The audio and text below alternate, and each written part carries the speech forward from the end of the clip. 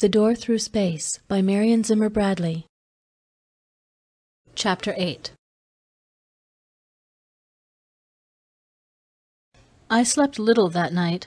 There is a tale told in Daylon of the Chagri, where a challenger was left in a room alone, where he was blindfolded and told to await the beginning of the torment. Somewhere in those dark hours of waiting, between the unknown and the unexpected, the hours of telling over to himself the horrors of past Chagri, the torture of anticipation alone became unbearable. A little past noon he collapsed in screams of horror and died, raving, unmarred, untouched. Daybreak came slowly, and with the first streamers of light came Dalisa, with the white chalk, maliciously uninvolved, sniffing his way through the shabby poverty of the great hall. They took me to a lower dungeon where the slant of the sunlight was less visible. Dalisa said, "The sun has risen." I said nothing. Any word may be interpreted as a confession of defeat. I resolved to give them no excuse. But my skin crawled, and I had that peculiar prickling sensation where the hair on my forearms was bristling erect with tension and fear. Dalisa said to the chalk, "His gear was not searched. See that he has swallowed no anesthetic drugs." Briefly, I gave her credit for thoroughness, even while I wondered in a split second why I had not thought of this. Drugs could blur consciousness at least, or suspend reality. The white non-human sprang forward and pinioned my arms with one strong, spring-steel forearm. With his other hand he forced my jaws open. I felt the furred fingers at the back of my throat, gagged, struggled briefly, and doubled up in uncontrollable retching. Dalisa's poison-berry eyes regarded me levelly as I struggled upright, fighting off the dizzy sickness of disgust. Something about her impassive face stopped me cold. I had been momentarily raging with fury and humiliation. Now I realized that this had been a calculated, careful gesture to make me lose my temper and thus sap my resistance. If she could set me to fighting, if she could make me spend my strength in rage, my own imagination would fight on her side to make me lose control before the end. Swimming in the glare of her eyes, I realized she had never thought for a moment that I had taken any drug. Acting on Carell's hint that I was a Terran, she was taking advantage of the well-known Terran revulsion for the non-human. "Blindfold him," Dalisa commanded, then instantly countermanded that. "No, strip him first." The chalk ripped off shirt-cloak, shirt, shoes, breeches, and I had my first triumph when the wealed claw marks on my shoulders, worse if possible than those which disfigured my face, were laid bare. The chalk screwed up his muzzle in fastidious horror, and Dalisa looked shaken. I could almost read her thoughts. If he endured this, what hope have I to make him cry mercy? Briefly I remembered the months I lay feverish and half-dead, waiting for the wounds Rakal had inflicted to heal, those months when I had believed that nothing would ever hurt me again, that I had known the worst of all suffering. But I had been younger then. Dalisa had picked up 2 small, sharp knives. She weighed them, briefly, gesturing to the chalk. Without resisting, I let myself be manhandled backward, spread-eagled against the wall. Dalisa commanded, "Drive the knives through his palms to the wall." My hands twitched convulsively, anticipating the slash of steel, and my throat closed in spasmodic dread. This was breaking the compact, bound as they were not to inflict physical damage. I opened my lips to protest this breaking of the bond of honor and met her dark, blazing stare, and suddenly the sweat broke out on my forehead. I had placed myself wholly in her hands, and as Carell had said, they were in no way bound by honor to respect a pledge to a Terran. Then, as my hands clenched into fists, I forced myself to relax. This was a bluff, a mental trick to needle me into breaking the pact and pleading for mercy. I set my lips, spread my palms wide against the wall, and waited impassively. She said in her lilting voice, "Take care not to sever the tendons, or his hands would be paralyzed, and he may claim we have broken our compact." The points of the steel, razor-sharp, touched my palms, and I felt blood run down my hand before the pain. With an effort that turned my face white, I did not pull away from the point. The knives drove deeper. Dalisa gestured to the chalk.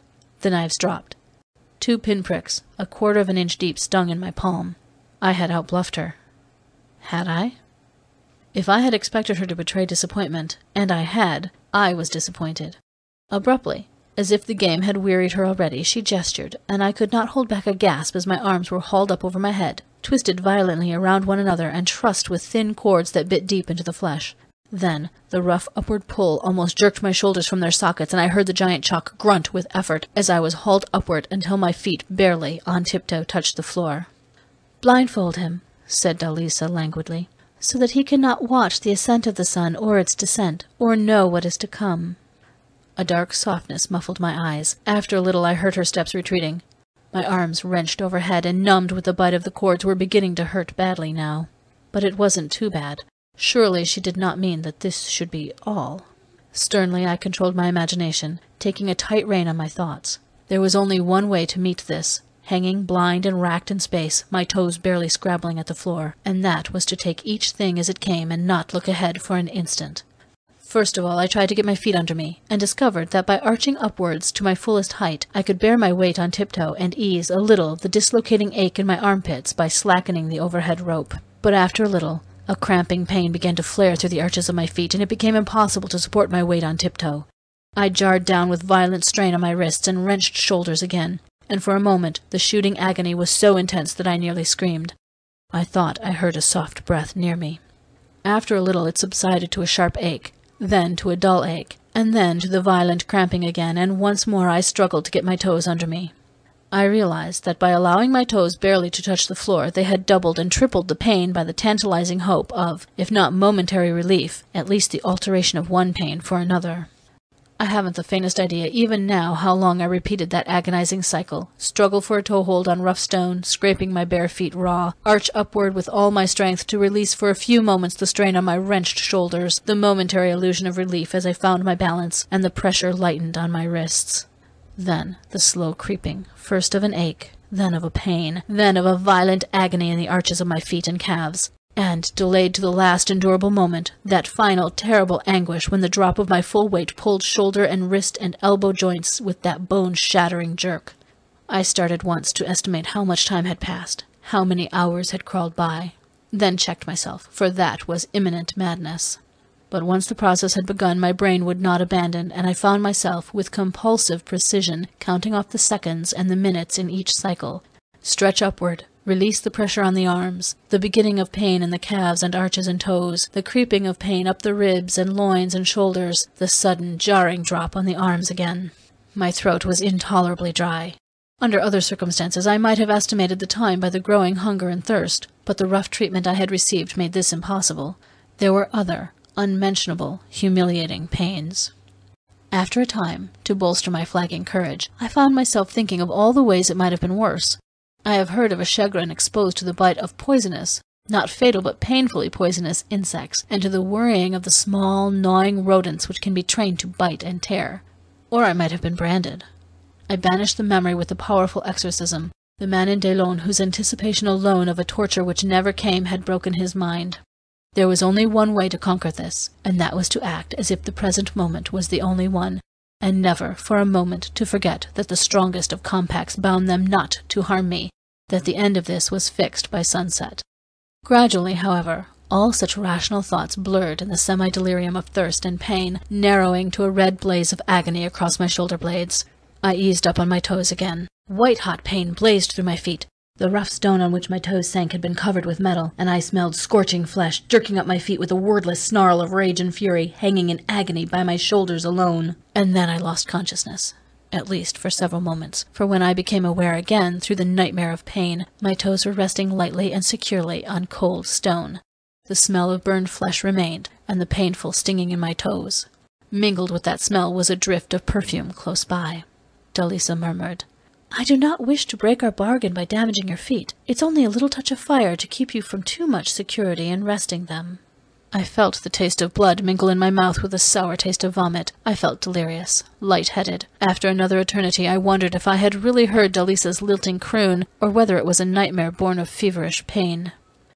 "Plead with me. A word, only a word, and I will release you, strong man, scarred man. Perhaps I shall demand only a little space in your arms. Would not such doom be light upon you? Perhaps I shall set you free to seek Rakal, if only to plague Karal. A word, only a word from you, a word, only a word from you." It died into an endlessly echoing whisper. Swaying blindly, I wondered why I endured. I drew a dry tongue over lips, salty and bloody, and nightmarishly considered yielding, winning my way somehow around Dalisa, or knocking her suddenly senseless and escaping. I, who need not be bound by wolf's codes either. I fumbled with a stiff shape of words, and a breath saved me. A soft, released breath of anticipation. It was another trick. I swayed limp and racked. I was not Race Cargill now. I was a dead man hanging in chains, swinging, filthy vultures pecking at my dangling feet. The sounds of boots rang on the stone, and Kiral's voice, low and bitter, demanded somewhere behind me, "What have you done with him?" She did not answer, but I heard her chains clash lightly and imagined her gesture. Kiral muttered, "Women have no genius at any torture except—" His voice faded out into great distances. Their words came to me over a sort of windy ringing like the howling of lost men dying in the snow-fast passes of the mountains. "Speak up, you fool. He can't hear you now." "If you have let him faint, you are clumsy." "You talk of clumsiness?" Dalisa's voice, even thinned by the nightmare ringing in my head, held concentrated scorn. "Perhaps I shall release him to find Rakal when you've failed. The Terrans have a price on Rakal's head, too, and at least this man will not confuse himself with his prey." "If you think I would let you bargain with a Terranin," Dalisa cried passionately. "You trade with the Terrans. How would you stop me then?" "I trade with them because I must, but for a matter involving the honor of the Great House." "The Great House whose steps you would never have climbed except for Rakal." Dalisa sounded as if she were chewing her words in little pieces and spitting them at Kiral. "Oh, you were clever to take us both as your consorts. You did not know it was Rakal's doing, did you? Hate the Terrans, then." She spat an obscenity at him. "Enjoy your hate. Wallow in hating, and in the end all Shane Sa will fall prey to the toy-maker like Mei Lin." "If you speak that name again," said Kiral very low, "I will kill you." "Like Mei Lin, Mei Lin, Mei Lin," Dalisa repeated deliberately. "You fool, Rakal knew nothing of Mei Lin." "He was seen—" "With me, you fool, with me! You cannot tell twin from twin? Rakal came to me to ask news of her." Kiral cried out hoarsely, like a man in anguish. "Why didn't you tell me?" "You don't really have to ask, do you, Kiral?" "You bitch," said Kiral. "You filthy bitch." I heard the sound of a blow. The next moment Kiral ripped the blindfold from my eyes, and I blinked in the blaze of light. My arms were wholly numb now, twisted above my head, but the jar of his touch sent fresh pain racing through me. Kiral's face swam out of the blaze of hell. "If that is true, then this is a damnable farce, Dalisa. You have lost our chance of learning what he knows of Mei Lin." "What he knows?" Dalisa lowered her hand from her face, where a bruise was already darkening.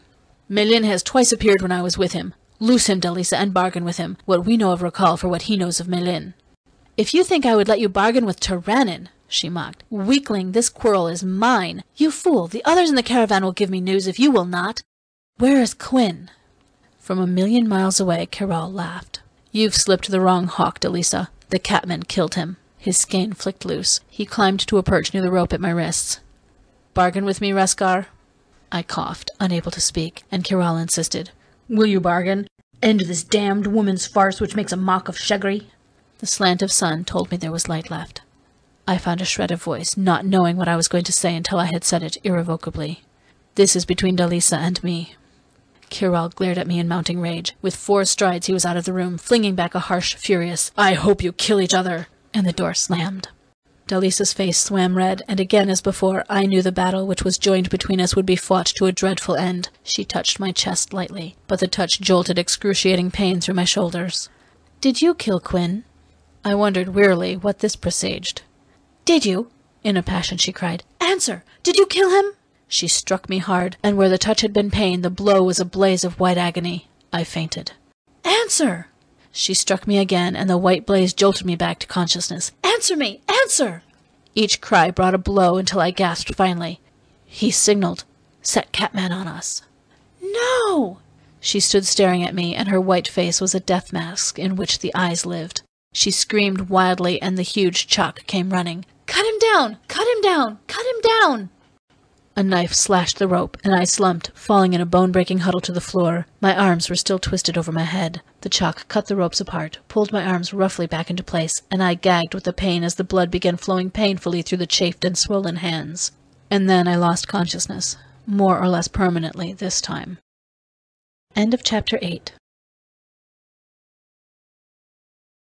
Chapter 9. When I came to again, I was lying with my head in Dalisa's lap, and the reddish color of the sunset was in the room. Her thighs were soft under my head, and for an instant I wondered if, in delirium, I had conceded to her. I muttered, "Sun, not down." She bent her face to mine, whispering, "Hush, hush." It was heaven, and I drifted off again. After a moment, I felt a cup against my lips. "Can you swallow this?" I could, and did. I couldn't taste it yet, but it was cold and wet, and felt heavenly trickling down my throat. She bent and looked into my eyes, and I felt as if I were falling into those reddish and stormy depths. She touched my scarred mouth with a light finger. Suddenly my head cleared and I sat upright. "Is this a trick to force me into calling my bet?" She recoiled as if I had struck her. Then the trace of a smile flitted around her red mouth. Yes, between us it was battle. "You are right to be suspicious, I suppose. But if I tell you what I know of Racal, will you trust me then?" I looked straight at her and said, "No." Surprisingly, she threw back her head and laughed. I flexed my freed wrists cautiously. The skin was torn away and chafed, and my arms ached to the bone. When I moved, harsh lances of pain drove through my chest. "Well, until sunset I have no right to ask you to trust me," said Dalisa when she was done laughing. "And since you are bound by my command until the last ray has fallen, I command that you lay your head upon my knees." I blazed. "You are making a game of me." "Is that my privilege? Do you refuse?" Refuse? It was not yet sunset. This might be a torture more complex than any which had yet greeted me.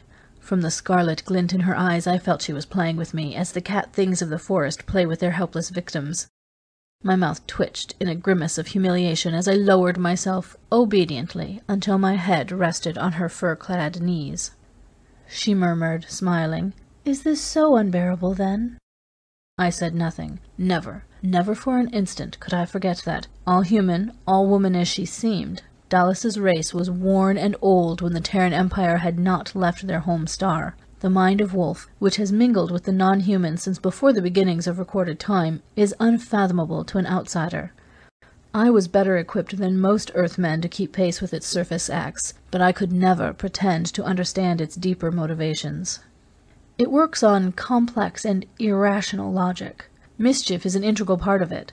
Even the deadly blood feud with Racal had begun with an over-elaborate practical joke, which had lost the service, incidentally, several thousand credits worth of spaceship, and so I could not trust Dalisa for an instant. Yet it was wonderful to lie here with my head resting against the perfumed softness of her body. Then suddenly her arms were gripping me, frantic and hungry. The subdued thing in her voice, her eyes, flamed out hot and wild. She was pressing the whole length of her body to mine, breasts and thighs and long legs, and her voice was hoarse. "Is this torture, too?"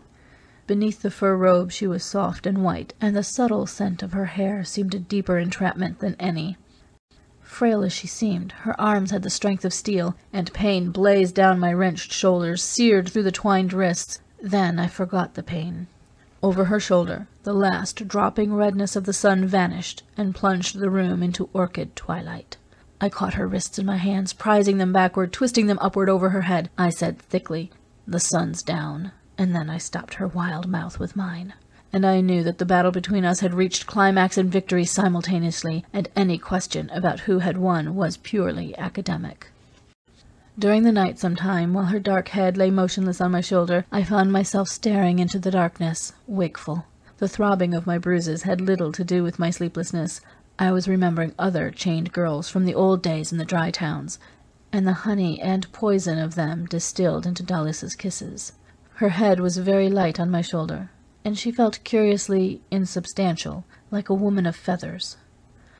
One of the tiny moons was visible through the slitted windows. I thought of my rooms in the Terran trade city, clean and bright and warm, and all the nights when I had paced the floor, hating, filled to the teeth with bitterness, longing for the wind-swept stars of the dry towns, the salt smell of the winds, and the musical clashing of the walk of the chained women. With a sting of guilt, I realized that I had half forgotten Julie, and my pledge to her, and her misfortune which had freed me again for this. Yet I had won, and what they knew had narrowed my planet-wide search to a pinpoint. Racal was in Terran. I wasn't altogether surprised. Terran is the only city on Wolf, except the Kharsa, where the Terran Empire has put down deep roots into the planet, built a trade city, a smaller spaceport. Like the Kharsa, it lies within the circle of Terran law, and 1,000,000 miles outside it. A non-human town, inhabited largely by Chalks, it is the core and center of the resistance movement, a noisy town in perpetual ferment. It was the logical place for a renegade. I settled myself so that the ache in my racked shoulders was less violent, and muttered, "Why Terran?" Slight as the movement was, it roused Dalisa. She rolled over and propped herself on her elbows, quoting drowsily, "The prey walks safest at the hunter's door." I stared at the square of violet moonlight, trying to fit together all the pieces of the puzzle, and asked half aloud, "What prey? And what hunters?" Dalisa didn't answer. I hadn't expected her to answer. I asked the real question in my mind. Why does Kiral hate Rakal Sensar when he doesn't even know him by sight? "There are reasons," she said somberly. "One of them is Meilin, my twin sister. Kiral climbed the steps of the great house by claiming us both as his consorts. He is our father's son by another wife." That explained much. Brother and sister marriages, not uncommon in the dry towns, are based on expediency and suspicion, and are frequently, though not always, loveless. It explained Dalisa's taunts, and it partly explained, only partly, why I found her in my arms. It did not explain Rakal's part in this mysterious intrigue, nor why Kiral had taken me for Rakal, but only after he remembered seeing me in Terran clothing. I wondered why it had never occurred to me before that I might be mistaken for Rakal. There was no close resemblance between us, but a casual description would apply equally well to me or to Rakal. My height is unusual for a Terran, within an inch of Rakal's own, and we had roughly the same build, the same coloring. I had copied his walk, imitated his mannerisms, since we were boys together. And, blurring minor facial characteristics, there were the scars of the kefir on my mouth, cheeks, and shoulders. Anyone who did not know us by sight, anyone who had known us by reputation from the days when we had worked together in the dry towns, might easily take one of us for the other. Even Julie had blurted, "You're so much alike," before thinking better of it. Other odd bits of the puzzle floated in my mind, stubbornly refusing to take on recognizable patterns. The disappearance of a toy seller, Julie's hysterical babbling, the way the girl, Meilin, had vanished into a shrine of Nebran, and the taunts of Dalisa and the old man about a mysterious toy-maker. And some random juggling of a memory, in that eerie trading in the city of the Silent Ones. I knew all these things fitted together somehow, but I had no real hope that Dalisa could complete their pattern for me. She said, with a vehemence that startled me, "Meilin is only the excuse. Kiral hates Rakal because Rakal will compromise, and because he'll fight." She rolled over and pressed herself against me in the darkness. Her voice trembled.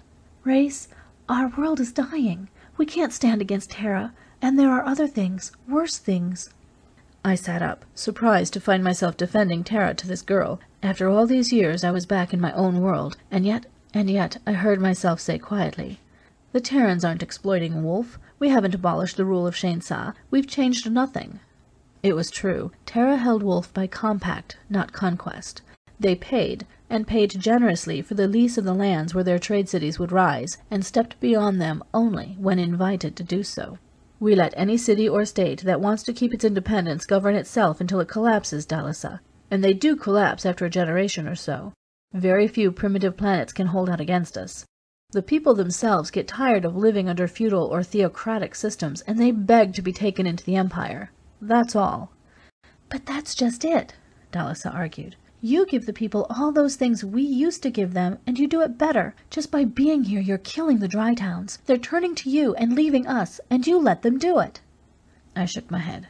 "We've kept the Terran peace for centuries. What do you expect? Should we give you arms, planes, bombs, weapons to hold your slaves down?" "Yes," she flared at me. "The dry towns have ruled Wolf since you can't even imagine how long. And we made compact with you to trade here." "And we have rewarded you by leaving you untouched," I said quietly. "But we have not forbidden the dry towns to come into the Empire and work with Terra." She said bitterly, "Men like Kiral will die first," and pressed her face helplessly against me. "And I will die with them.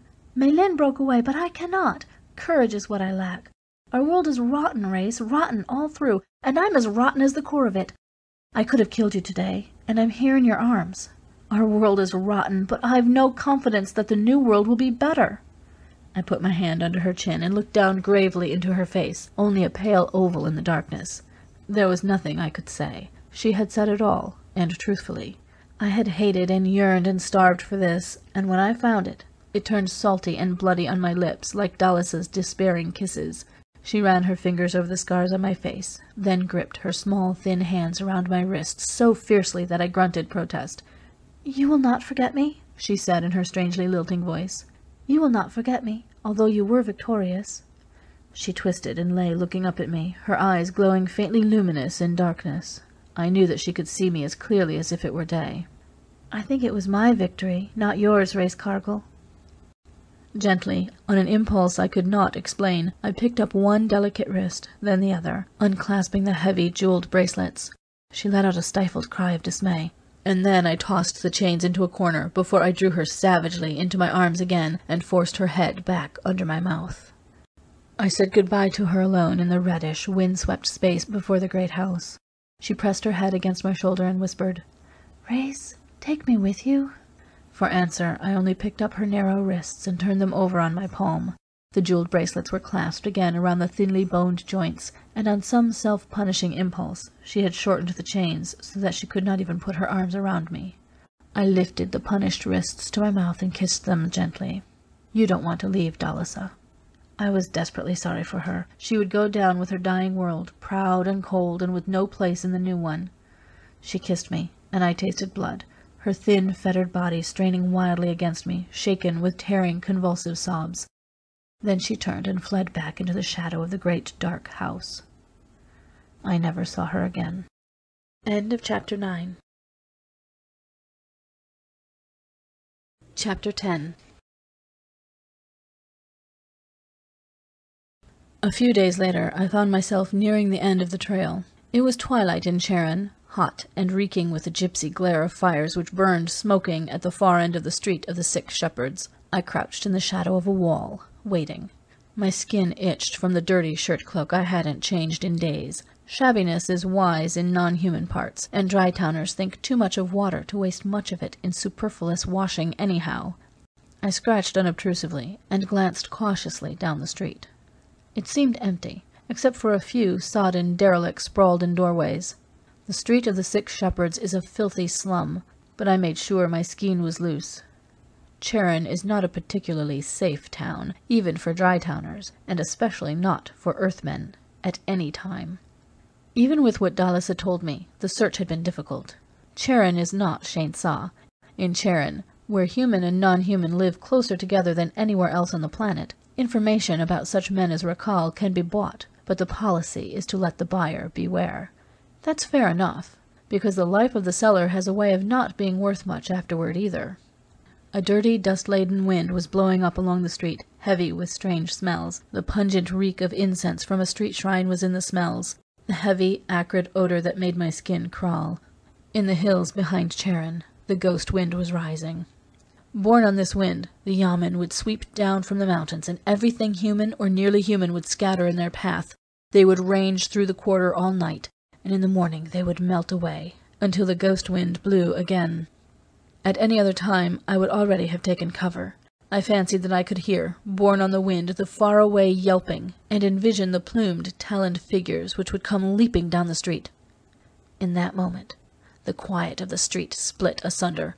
From somewhere a girl's voice screamed in shrill pain or panic. Then I saw her, dodging between 2 of the chinked pebble houses. She was a child, thin and barefoot, a long tangle of black hair flying loose as she darted and twisted to elude the lumbering fellow at her heels. His outstretched paw jerked cruelly at her slim wrist.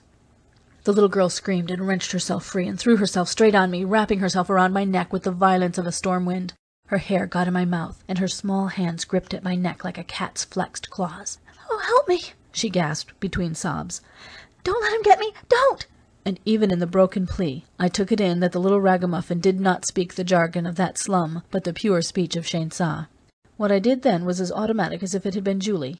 I pulled the kid loose, shoved her behind me, and scowled at the brute who lurched toward us. "Make yourself scarce," I advised. "We don't chase little girls where I come from. Haul off now." The man reeled. I smelled the rankness of his rags as he thrust one grimy paw at the girl. I never was the hero type, but I'd started something which I had to carry through. I thrust myself between them and put my hand on the skein again. You dry-towner!" The man set up a tipsy howl, and I sucked in my breath. Now I was in for it. Unless I got out of there damned fast, I'd lose what I'd come all the way to Terran to find. I felt like handing the girl over. For all I knew, the bully could be her father, and she was properly in line for a spanking. This wasn't any of my business. My business lay at the end of the street, where Rakal was waiting at the fires. He wouldn't be there long. Already the smell of the ghost wind was heavy and harsh, and little flurries of sand went racing along the street, lifting the flaps of the doorways. But I did nothing so sensible. The big lunk made a grab at the girl, and I whipped out my skein and pantomimed, "Get going!" Dry towner! He spat out the word like filth, his pig eyes narrowing to slits. Son of the ape! Earthman! Tyrannin! Someone took up the howl. There was a stir, a rustle, all along the street that had seemed empty. And from nowhere, it seemed, the space in front of me was crowded with shadowy forms, human and otherwise. Earthman! I felt the muscles across my belly knotting into a band of ice. I didn't believe I'd given myself away as an Earthman. The bully was using this time-dishonored tactic of stirring up a riot in a hurry, but just the same, I looked quickly round, hunting a path of escape. Put your skein in his guts, Spilker! Grab him! Hi! Earthman, hi! It was the last cry that made me panic. Through the sultry glare at the end of the street, I could see the plumed, taloned figures of the yamen gliding through the banners of smoke. The crowd melted open. I didn't stop to reflect on the fact, suddenly very obvious, that Rakal couldn't have been at the fires at all, and that my informant had led me into an open trap, a nest of yamen already inside Charon. The crowd edged back and muttered, and suddenly I made my choice. I whirled, snatched up the girl in my arms, and ran straight toward the advancing figures of the yamen. Nobody followed me. I even heard a choked shout that sounded like a warning. I heard the yelping shrieks of the yamen grow to a wild howl, and at the last minute, when their stiff, rustling plumes loomed only a few yards away, I dived sideways into an alley, stumbled on some rubbish, and spilled the girl down. "Run, kid!" She shook herself like a puppy climbing out of the water. Her small fingers closed like a steel trap on my wrist. "This way!" she urged in a hasty whisper, and I found myself plunging out the far end of the alley and into the shelter of a street shrine. The sour stink of incense smarted in my nostrils, and I could hear the yelping of the yamen as they leaped and rustled down the alley, their cold and poisonous eyes searching out the recesses where I crouched with the girl. "Here," she panted. "Stand close to me on the stone." I drew back, startled. "Oh, don't stop to argue," she whimpered. "Come here." "Hi, Earthman! There he is!" The girl's arms flung round me again. I felt her slight, hard body pressing on mine, and she literally hauled me toward the pattern of stones in the center of the shrine. I wouldn't have been human if I hadn't caught her closer yet. The world reeled. The street disappeared in a cone of spinning lights. Stars danced crazily, and I plunged down through a widening gulf of empty space, locked in the girl's arms. I fell, spun, plunged head over heels through tilting lights and shadows that flung us through the eternities of free fall. The yelping of the yamen whirled away in unimaginable distances, and for a second I felt the unmerciful blackout of a power dive, with blood breaking from my nostrils and filling my mouth. End of Chapter 10. Chapter 11. Lights flared in my eyes. I was standing solidly on my feet in the street shrine, but the street was gone. Coils of incense still smudged the air. The god squatted, toad-like, in his recess. The girl was hanging limp, locked in my clenched arms. As the floor straightened under my feet, I staggered, thrown off balance by the sudden return of the girl's weight, and grabbed blindly for support. "Give her to me," said a voice, and the girl's sagging body was lifted from my arms. A strong hand grasped my elbow. I found a chair beneath my knees and sank gracefully into it. "The transmission isn't smooth yet between such distant terminals," the voice remarked. "I see Merlin has fainted again. A weakling, the girl, but useful." I spat blood, trying to get the room in focus, for I was inside a room of some translucent substance, windowless, a skylight high above me, through which pink daylight streamed. Daylight. And it had been midnight in Charon. I had come halfway around the planet in a few seconds. From somewhere I heard the sound of hammering, tiny, bell-like hammering, the chiming of a fairy anvil. I looked up and saw a man. A man? Watching me. On Wolf, you see all kinds of human, half-human, and non-human life, and I considered myself something of an expert on all three. But I had never seen anyone, or anything, who so closely resembled the human, and so obviously wasn't. He, or it, was tall and lean, man-shaped, but oddly muscled, a vague suggestion of something less than human in the lean hunch of his posture. Man-like, he wore green, tight-fitting trunks and a shirt of green fur that revealed bulging biceps where they shouldn't be, and angular planes where there should have been swelling muscles. The shoulders were high, the neck unpleasantly sinuous, and the face, a little narrower than human, was handsomely arrogant, with a kind of wary, alert mischief that was the least human thing about him. He bent, tilted the girl's inert body on a divan of some sort, and turned his back on her, lifting his hand in an impatient and unpleasantly reminiscent gesture. The tinkling of the little hammers stopped, as if a switch had been disconnected. "Now," said the non-human, "we can talk." Like the waif, he spoke Shainsa, and spoke it with a better accent than any non-human I'd ever known, so well that I looked again to be certain. I wasn't too dazed to answer in the same tongue, but I couldn't keep back a spate of questions. What happened? Who are you? What is this place? The non-human waited, crossing his hands, quite passable hands if you didn't look too closely at what should have been nails, and bent forward in a sketchy gesture.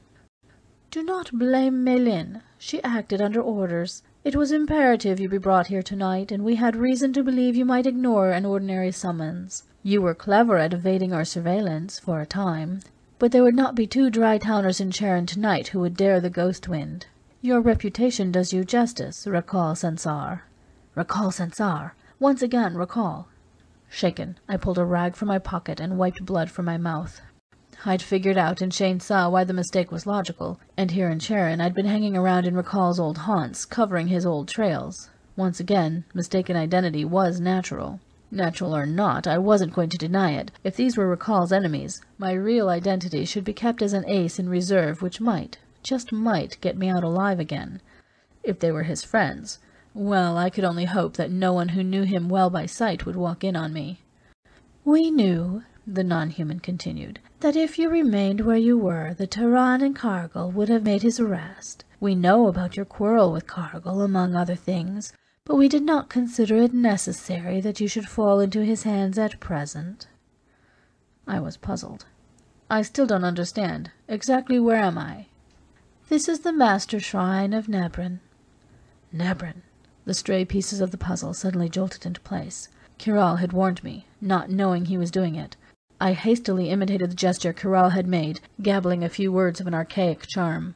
Like every Earthman who's lived on Wolf more than a tourist season, I'd seen faces go blank and impassive at the mention of the Toad God. Rumor made his spies omnipresent, his priests omniscient, his anger all-powerful. I had believed about 1/10 of what I had heard, or less.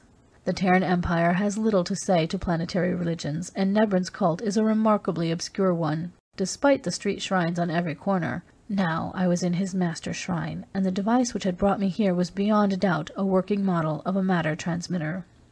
A matter transmitter. A working model. The words triggered memory. Recall was after it. "And who," I asked slowly, "are you, Lord?" The green-clad creature hunched thin shoulders again in a ceremonious gesture. "I am called Everin, humble servant of Nebran and yourself," he added, but there was no humility in his manner. "I am called the Toymaker." Everin. That was another name given weight by rumor, a breath of gossip in a thieves' market, a scrawled word on smudged paper, a blank folder in Terran Intelligence. Another puzzle piece snapped into place. Toymaker. The girl on the divan sat up suddenly, passing slim hands over her disheveled hair. "Did I faint, Everin? I had to fight to get him into the stone, and the patterns were not set straight in that terminal. You must send one of the little ones to set them to rights. Toymaker, are you listening to me?" "Stop chattering, Mélin," said Everin indifferently. "You brought him here, and that is all that matters. You aren't hurt?" Mélin pouted and looked ruefully at her bare, bruised feet, patted the wrinkles of her ragged frock with fastidious fingers. "My poor feet," she mourned. "They are black and blue with the cobbles, and my hair is filled with sand and tangles. Toymaker, what way was this to send me to entice a man? Any man would have come quickly, if he had seen me looking lovely. But you send me in rags." She stamped a small bare foot. She was not nearly as young as she looked in the street. Though immature and underdeveloped by Terran standards, she had a fair figure for a Drytown woman. Her rags fell now in graceful folds. Her hair was spun black glass, and I saw what the rags and the confusion in the filthy street had kept me from seeing before. It was the girl of the Spaceport Café, the girl who had appeared and vanished in the eerie streets of Canarsa. Everin was regarding her with what, in a human, might have been rueful impatience. He said, "You know you enjoyed yourself, as always, Mélin. Run along and make yourself beautiful again, little nuisance." The girl danced out of the room, and I was just as glad to see her go. The Toymaker motioned to me. "This way," he directed, and led me through a different door. The off-stage hammering I had heard, tiny bell tones like a fairy xylophone, began again as the door opened, and we passed into a workroom which made me remember nursery tales from a half-forgotten childhood on Terra, for the workers were tiny, gnarled trolls. They were Chucks. Chalks from the polar mountains, dwarfed and furred and half-human, with witch-like faces and great golden eyes, and I had the curious feeling that if I looked hard enough I would see the little toy seller they had hunted out of the Kharsa. I didn't look. I figured I was in enough trouble already. Tiny hammers pattered on miniature anvils in a tinkling, jingling chorus of musical clinks and taps. Golden eyes focused like lenses over winking jewels and gimcracks. Busy elves, makers of toys. Everin jerked his shoulders with an imperative gesture. I followed him through a fairy workroom, but could not refrain from casting a lingering look at the work tables. A withered leprechaun set eyes into the head of a mannequin hound. Furred fingers worked precious metals into invisible filigree for the collar-piece of a dancing doll. Metallic feathers were thrust with clockwork precision into the wings of a skeleton bird no longer than my fingernail. The nose of the hound wabbled and sniffed. The bird's wings quivered. The eyes of the little dancer followed my footsteps. Toys.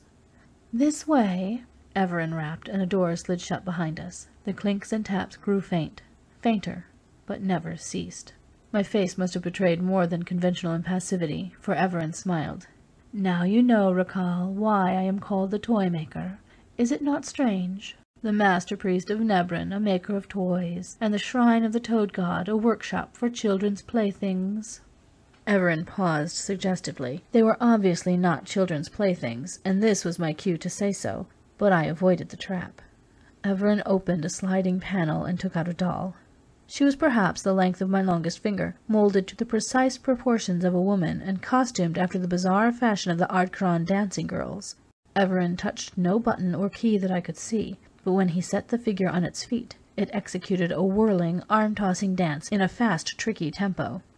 "I am, in a sense, benevolent," Everin murmured. He snapped his fingers, and the doll sank to her knees, and poised there, silent. "Moreover, I have the means and, let us say, the ability to indulge my small fantasies. The little daughter of the president of the Federation of Trade Cities on Samara was sent such a doll recently. What a pity that Paolo Eramengo was so suddenly impeached and banished." The toymaker clucked his teeth commiseratingly. "Perhaps this small companion will compensate the little Carmela for her adjustment to her new position." He replaced the dancer and pulled down something like a whirligig. "This might interest you," he mused, and set it spinning. I stared at the pattern of lights that flowed and disappeared, melting in and out of visible shadows. Suddenly I realized what the thing was doing. I wrested my eyes away with an effort. Had there been a lapse of seconds or minutes? Had Everin spoken? Everin arrested the compelling motion with one finger. "Several of these pretty playthings are available to the children of important men," he said absently.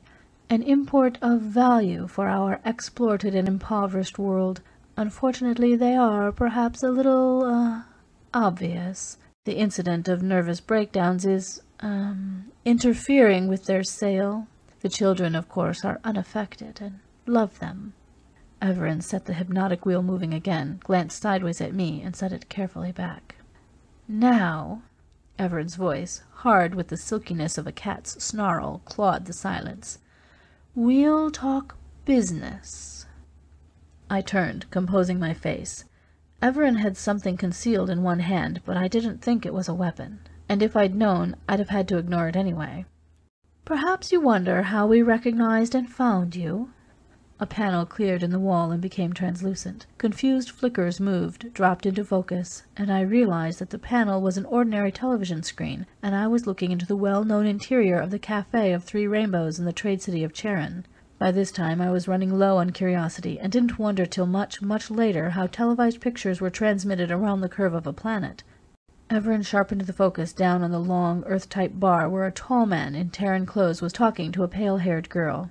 Everin said, "By now, Race Cargill has decided, no doubt, that you fell into his trap and into the hands of the Yamen. He is off guard now." And suddenly the whole thing seemed so unbearably, illogically funny that my shoulders shook with the effort to keep back dangerous laughter. Since I'd landed in Charon, I'd taken great pains to avoid the trade city, or anyone who might have associated me with it, and Rakal, somehow aware of this, had conveniently filled in the gap by posing as me. It wasn't nearly as difficult as it sounded. I had found that out in Shain Sa. Charon is a long, long way from the major trade city near the Harsa. I hadn't a single intimate friend there, or within hundreds of miles, to see through the imposture. At most, there were half a dozen of the staff that I'd once met or had a drink with 8 or 10 years ago. Rakhal could speak perfect standard when he chose. If he lapsed into Dry-town idiom, that too was in my known character. I had no doubt he was making a great success of it all, probably doing much better with my identity than I could ever have done with his. Everin rasped. Cargill meant to leave the planet. What stopped him? You could be of use to us, Rakhal, but not with this blood feud unsettled. That needed no elucidation. No wolfen in his right mind will bargain with a Dry-towner carrying an unresolved blood feud. By law and custom, declared blood feud takes precedent over any other business, public or private, and is sufficient excuse for broken promises, neglected duties, theft, even murder. We want it settled once and for all. Everin's voice was low and unhurried. And we aren't above weighting the scales. This Cargill can and has posed as a Dry-towner, undetected. We don't like Earthmen who can do that. In settling your feud, you will be aiding us and removing a danger. We would be grateful. He opened his closed hand, displaying something small, curled, inert. Every living thing emits a characteristic pattern of electrical nerve impulses. We have ways of recording those impulses, and we have had you and Cargill under observation for a long time. We've had plenty of opportunity to key this toy to Cargill's pattern. On his palm the curled thing stirred, spread wings. A fledgling bird lay there, small soft body throbbing slightly. Half hidden in a ruff of metallic feathers I glimpsed a grimly elongated beak. The pinions were feathered with delicate down less than 1/4 of an inch long. They beat with delicate insistence against the toymaker's prisoning fingers. This is not dangerous to you. Press here, he showed me. And if Race Cargill is within a certain distance, and it is up to you to be within that distance, it will find him, and kill him, unerringly, inescapably, untraceably. We will not tell you the critical distance, and we will give you 3 days. He checked my startled exclamation with a gesture. Of course, this is a test. Within the hour, Cargill will receive a warning. We want no incompetents who must be helped too much. Nor do we want cowards. If you fail, or release the bird at a distance too great, or evade the test, the green inhuman malice in his eyes made me sweat. We have made another bird. By now my brain was swimming, but I thought I understood the complex, inhuman logic involved. The other bird is keyed to me. With slow contempt, Everin shook his head. You are used to danger and fond of a gamble. Nothing so simple. We have given you 3 days. If within that time the bird you carried has not killed, the other bird will fly, and it will kill. Rakhal, you have a wife. Yes, Rakhal had a wife. They could threaten Rakhal's wife, and his wife was my sister Julie. Everything after that was anticlimax. Of course I had to drink with Everin, the elaborate formal ritual without which no bargain on wolf is concluded. He entertained me with gory and technical descriptions of the ways in which the birds, and other of his hellish toys, did their killing and worse tasks. Meilin danced into the room and upset the exquisite solemnity of the wine ritual by perching on my knee, stealing a sip from my cup, and pouting prettily when I paid her less attention than she thought she merited. I didn't dare pay much attention, even when she whispered with the deliberate and thorough wantonness of a Dry-town woman of high caste who has flung aside her fetters, something about a rendezvous at the 3 Rainbows. But eventually it was over, and I stepped through a door that twisted with a giddy blankness and found myself outside a bare, windowless wall in Charon again, the night sky starred and cold. The acrid smell of the ghost wind was thinning in the streets, but I had to crouch in a cranny of the wall when a final rustling horde of Yamen, the last of their receding tide, rustled down the street. I found my way to my lodging in a filthy chalk hostel and threw myself down on the verminous bed. Believe it or not, I slept. End of Chapter 11. Chapter 12. An hour before dawn there was a noise in my room. I roused, my hand on my skein. Someone, or something, was fumbling under the mattress where I had thrust Everin's bird. I struck out, encountered something warm and breathing, and grappled with it in the darkness. A foul-smelling something gripped over my mouth. I tore it away and struck hard with the skein. There was a high shrilling. The gripping filth loosened and fell away, and something died on the floor. I struck a light, retching in revulsion. It hadn't been human. There wouldn't have been that much blood from a human. Not that color, either. The Chalk who ran the place came and gibbered at me. Chalks have a horror of blood, and this one gave me to understand that my lease was up then and there. No arguments, no refunds. He wouldn't even let me go into his stone outbuilding to wash the foul stuff from my shirt-cloak. I gave up and fished under the mattress for Everin's toy. The Chalk got a glimpse of the embroideries on the silk in which it was wrapped and stood back, his loose, furry lips hanging open, while I gathered my few belongings together and strode out of the room. He would not touch the coins I offered.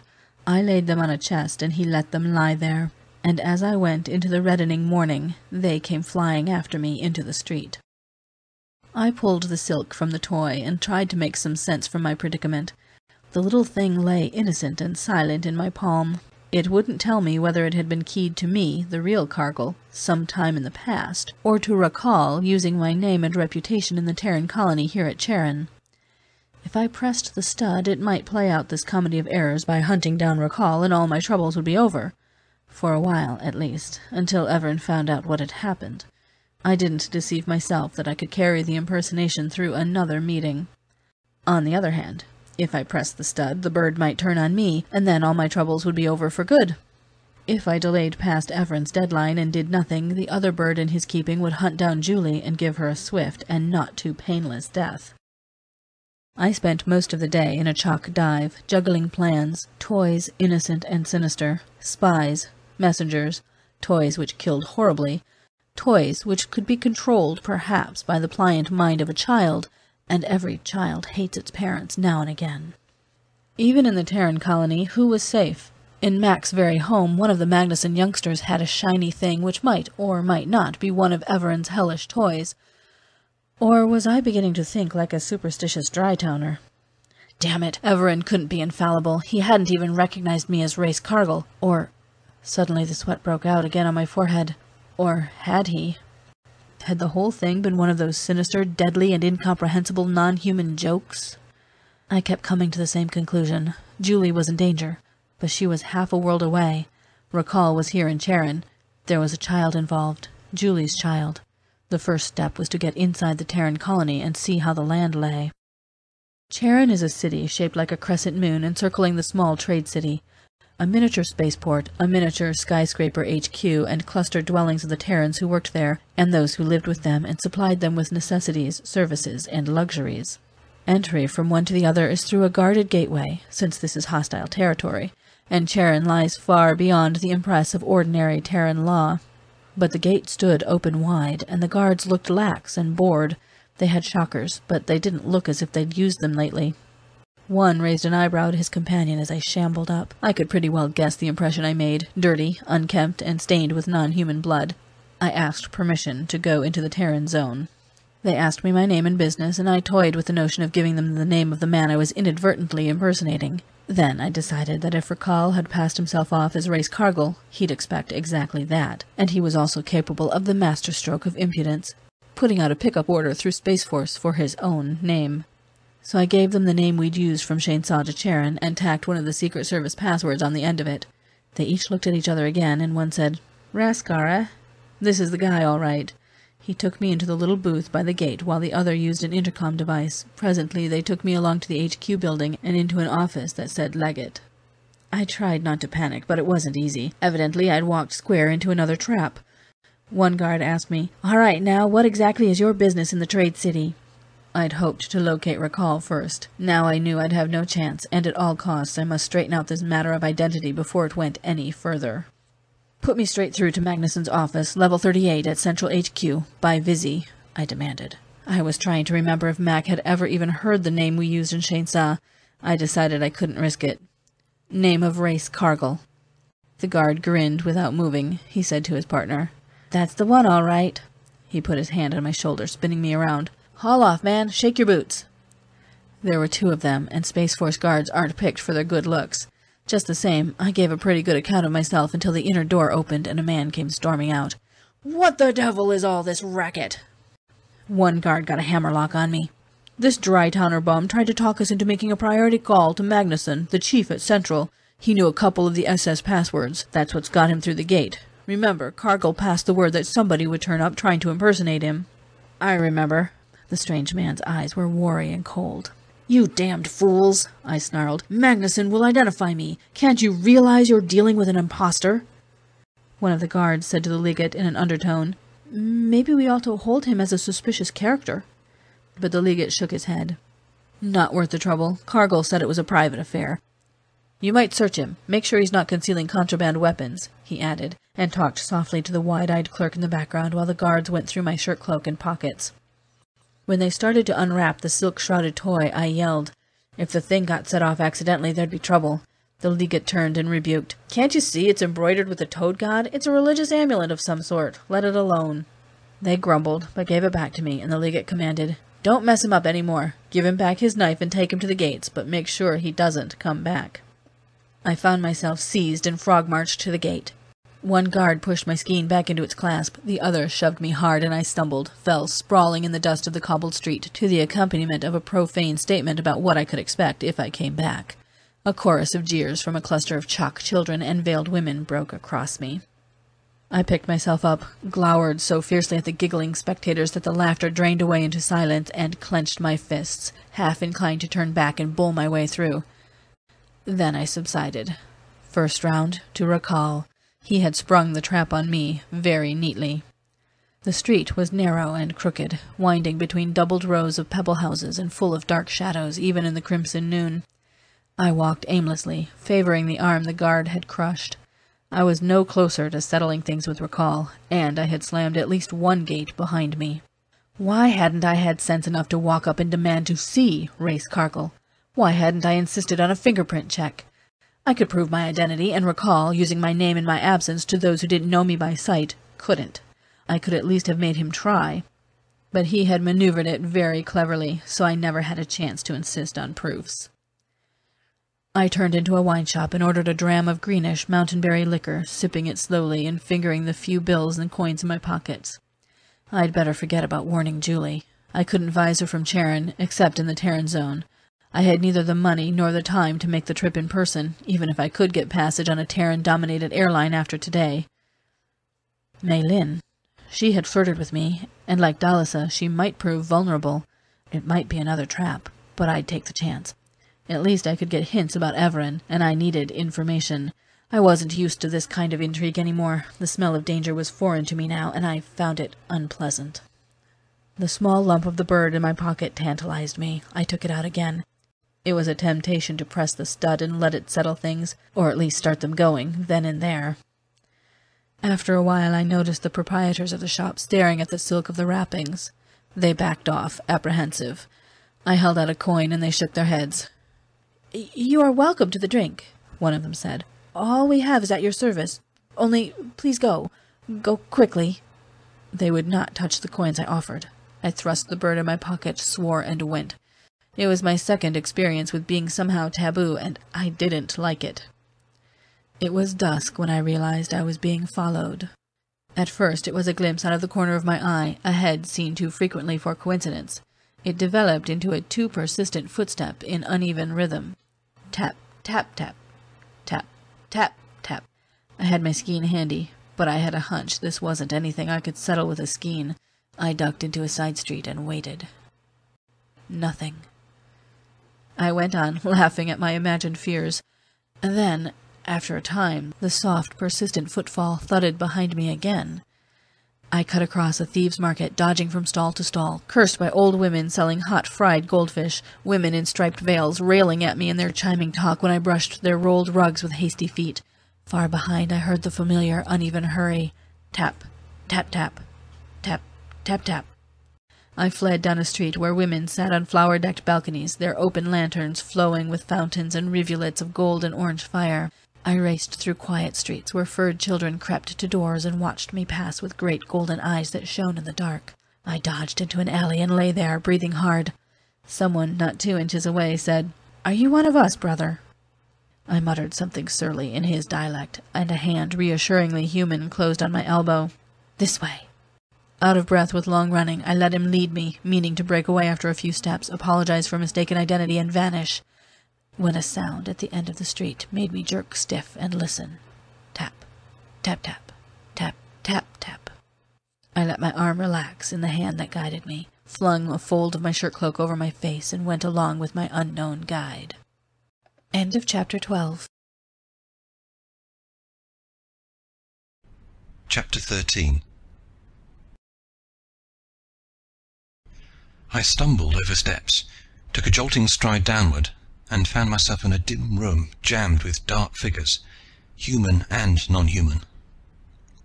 The figures swayed in the darkness, chanting in a dialect not altogether familiar to me, a monotonous, wailing chant with a single recurrent phrase, Kamaina, Kamaina. It began on a high note, descending in weird chromatics to the lowest tone the human ear could resolve. The sound made me draw back. Even the Dry-towners shunned the orgiastic rituals of Kamaina. Earthmen have a reputation for getting rid of the more objectionable customs, by human standards, on any planet where they live. But they don't touch religions, and Kamaina, on the surface anyhow, was a religion. I started to turn round and leave, as if I had inadvertently walked through the wrong door, but my conductor hauled on my arm, and I was wedged in too tight by now to risk a roughhouse.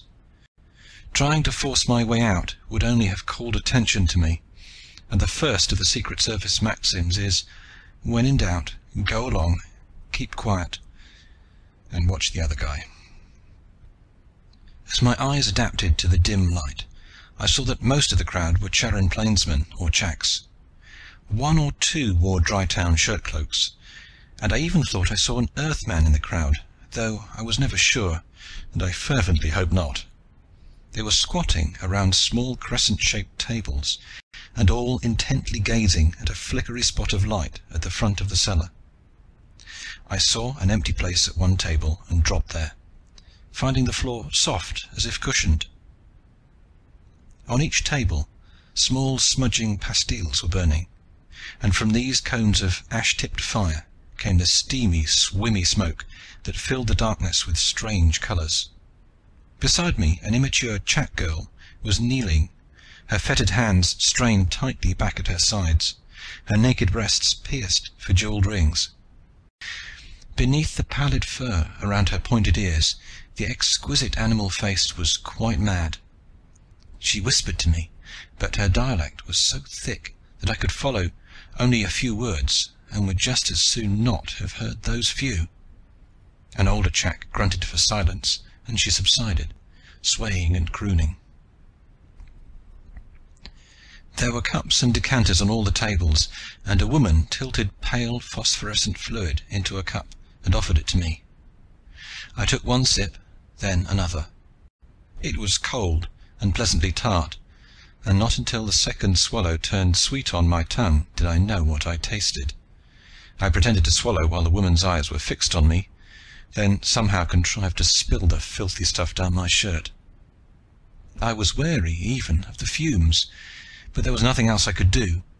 The stuff was shalavan, outlawed on every planet in the Terran Empire, and every halfway decent planet outside it. More and more figures, men and creatures, kept crowding into the cellar, which was not very large. The place looked like the worst nightmare of a drug dreamer, ablaze with the colors of the smoking incense, the swaying crowd, and their monotonous cries. Quite suddenly, there was a blaze of purple light, and someone screamed in raving ecstasy, "Nakina Nibran, Nahai Kamaina!" "Kamaina!" shrilled the tranced mob. An old man jumped up and started haranguing the crowd. I could just follow his dialect. He was talking about terror. He was talking about riots. He was jabbering mystical gibberish which I couldn't understand, and didn't want to understand, and rebel-rousing anti-Terran propaganda which I understood much too well. Another blaze of lights, and a long scream in chorus, "Kamaina!" Everin stood in the blaze of many-colored light. The toy maker, as I had seen him last, cat-smooth, gracefully alien, shrouded in a ripple of giddy crimsons. Behind him was a blackness. I waited till the painful blaze of lights abated, then, straining my eyes to see past him, I got my worst shock. A woman stood there, naked to the waist, her hands ritually fettered with little chains that stirred and clashed musically as she moved, stiff-legged in a frozen dream. Hair like black grass banded her brow and naked shoulders, and her eyes were crimson. And the eyes lived in the dread, dreaming face. They lived, and they were mad with terror, although the lips curved in a gently tranced smile. Maylin. Everin was speaking in that dialect I barely understood. His arms were flung high, and his cloak went spilling away from them, rippling like something alive. The jammed humans and non-humans swayed and chanted, and he swayed above them like an iridescent bug, weaving arms rippling back and forth, back and forth. I strained to catch his words. Our world. An old world. Kamayina, whimpered the shrill chorus. Humans, humans, all humans would make slaves of us all save the children of the ape. I lost the thread for a moment, true. The Terran Empire has one small blind spot in otherwise sane policy, ignoring that non-human and human have lived placidly here for millennia. They placidly assume that humans were everywhere the dominant race, as on Earth itself. The Toymaker's weaving arms went on spinning, spinning. I rubbed my eyes to clear them of shalavan and incense. I hoped that what I saw was an illusion of the drug. Something huge and dark was hovering over the girl. She stood placidly, hands clasped on her chains, but her eyes writhed in the frozen calm of her face. Then something, I can only call it a sixth sense, bore it on me that there was someone outside the door. I was perhaps the only creature there, except for Everin, not drugged with shalavan, and perhaps that's all it was. But during the days in the Secret Service, I'd had to develop some extra senses. 5 just weren't enough for survival. I knew somebody was fixing to break down that door, and I had a good idea why. I had been followed by the Legate's orders, and tracking me here, they'd gone away and brought back reinforcements. Someone struck a blow on the door, and a stentorian voice bawled, "Open up there, in the name of the Empire!" The chanting broke in ragged quavers. Everin stopped. Somewhere a woman screamed. The lights abruptly went out, and a stampede started in the room. Women struck me with chains. Men kicked. There were shrieks and howls. I thrust my way forward, butting with elbows and knees and shoulders. A dusky emptiness yawned, and I got a glimpse of sunlight and open sky, and knew that Everin had stepped through into somewhere and was gone. The banging on the door sounded like a whole regiment of Space Force out there.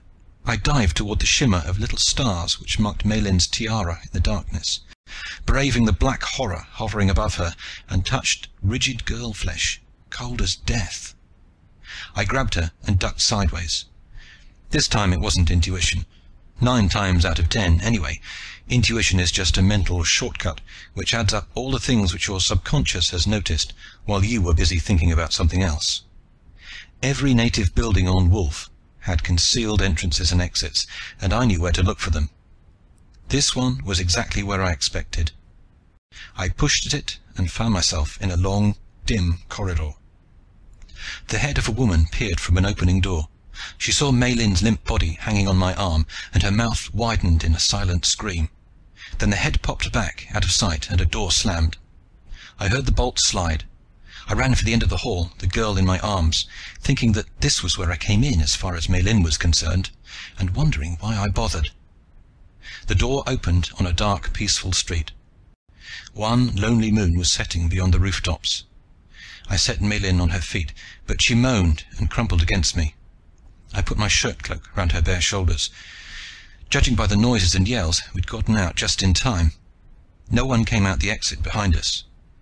Either the Space Force had plugged it, or, more likely, everyone else in the cellar had been too muddled by drugs to know what was going on.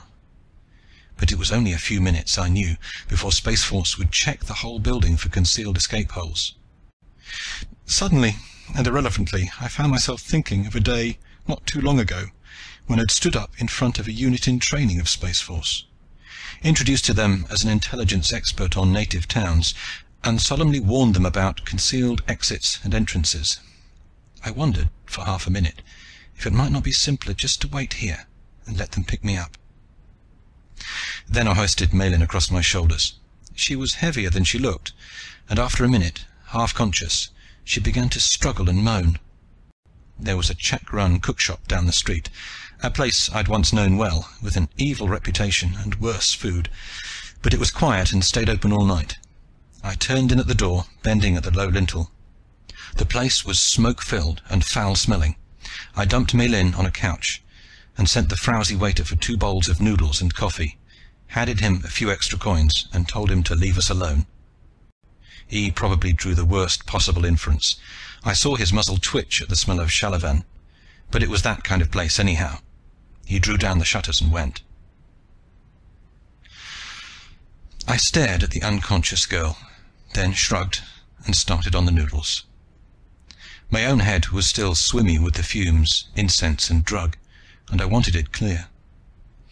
I wasn't sure what I was going to do, but I had Everin's right-hand girl, and I was going to use her. The noodles were greasy and had a curious taste, but they were hot, and I ate all of 1 bowl before Malin stirred and whimpered and put up one hand with a little clinking of chains to her hair. The gesture was indefinably reminiscent of Dalisa, and for the first time I saw the likeness between them. It made me wary, and yet curiously softened. Finding she could not move freely, she rolled over, sat up, and stared around in growing bewilderment and dismay. "There was a sort of riot," I said. "I got you out. Everin ditched you, and you can quit thinking what you're thinking. I put my shirt cloak on you because you were bare to the waist, and it didn't look so good." I stopped to think that over, and amended. "I mean, I couldn't haul you around the streets that way. It looked good enough." To my surprise, she gave a shaky little giggle, and held out her fettered hands. "Will you?" I broke her links and freed her. She rubbed her wrists as if they hurt her, then drew up her draperies, pinned them so that she was decently covered, and tossed back my shirt cloak. Her eyes were wide and soft in the light of the flickering stub of candle. "Oh, Rakhal," she sighed, "when I saw you there." She sat up, clasping her hands together, and when she continued, her voice was curiously cold and controlled for anyone so childish. It was almost as cold as Dalisa's. "If you've come from Kiral, I'm not going back. I'll never go back, and you may as well know it." "I don't come from Kiral, and I don't care where you go." "I don't care what you do." I suddenly realized that the last statement was wholly untrue, and to cover my confusion I shoved the remaining bowl of noodles at her. "Eat." She wrinkled her nose in fastidious disgust. "I'm not hungry." "Eat it anyway. You're still half doped, and the food will clear your head." I picked up 1 mug of the coffee and drained it at a single swallow. What were you doing in that disgusting den? Without warning, she flung herself across the table at me, throwing her arms around my neck. Startled, I let her cling a moment, then reached up and firmly unfastened her hands. None of that now. I fell for it once, and it landed me in the middle of the mud pie. But her fingers bit my shoulder. "Rakhal, Rakhal! I tried to get away and find you. Have you still got the bird? You haven't set it off yet. Oh, don't, Rakhal. You don't know what Everin is. You don't know what he's doing." The words spilled out of her like floodwaters. "He's won so many of you. Don't let him have you too, Rakhal. They call you an honest man. You worked once for Terra. The Terrans would believe you if you went to them and told them what he... Rakhal, take me to the Terran zone. Take me there. Take me where they'll protect me from Everin." At first I tried to stop her, question her, then waited and let the torrent of entreaty run on and on. At last, exhausted and breathless, she lay quietly against my shoulder, her head fallen forward. The musty reek of Shalavan mingled with the flower scent of her hair, Kid, I said heavily at last, you and your toy maker have both got me wrong. I'm not Rakhal Sensar. You're not? She drew back, regarding me in dismay. Her eyes searched every inch of me, from the grey streak across my forehead to the scar running down into my collar. Then who? Race Cargill. Terran Intelligence. She stared, her mouth wide like a child's. Then she laughed. She laughed! At first I thought she was hysterical. I stared at her in consternation. Then, as her wide eyes met mine, with all the mischief of the non-human which was mingled into the human here, all the circular complexities of wolfy logic behind the woman in them, I started to laugh too. I threw back my head and roared until we were clinging together and gasping with mirth like a pair of raving fools. The Chak waiter came to the door and stared at us, and I roared, "Get the hell out!" between spasms of crazy laughter. Then she was wiping her face, tears of mirth still dripping down her cheeks, and I was frowning bleakly into the empty bowls. "Cargill," she said hesitantly, "you can take me to the Terrans where Rakhal—" "Hell's bells!" I exploded. "I can't take you anywhere, girl. I've got to find Rakhal." I stopped in mid-sentence and looked at her clearly for the first time. "Child, I'll see that you're protected if I can, but I'm afraid you've walked from the trap to the cookpot. There isn't a house in Charin that will hold me. Been thrown out twice today." She nodded. "I don't know how the word spreads, but it happens in non-human parts.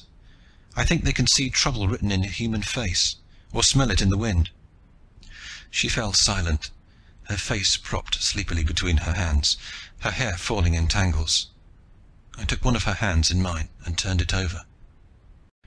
It was a fine hand, with bird-like bones and soft rose-tinted nails, but the lines and hardened places around the knuckles reminded me that she, too, came from the cold austerity of the salt dry towns. After a moment she flushed and drew her hand from mine. "What are you thinking, Cargill?" she asked, and for the first time I heard her voice sobered, without the coquetry, which must, after all, have been a very thin veneer. I answered her simply and literally. "I'm thinking of Dalisa. I thought you were very different, and yet I see that you are very like her." I thought she would question what I knew of her sister, but she let it pass in silence. After a time she said, "Yes, we were twins."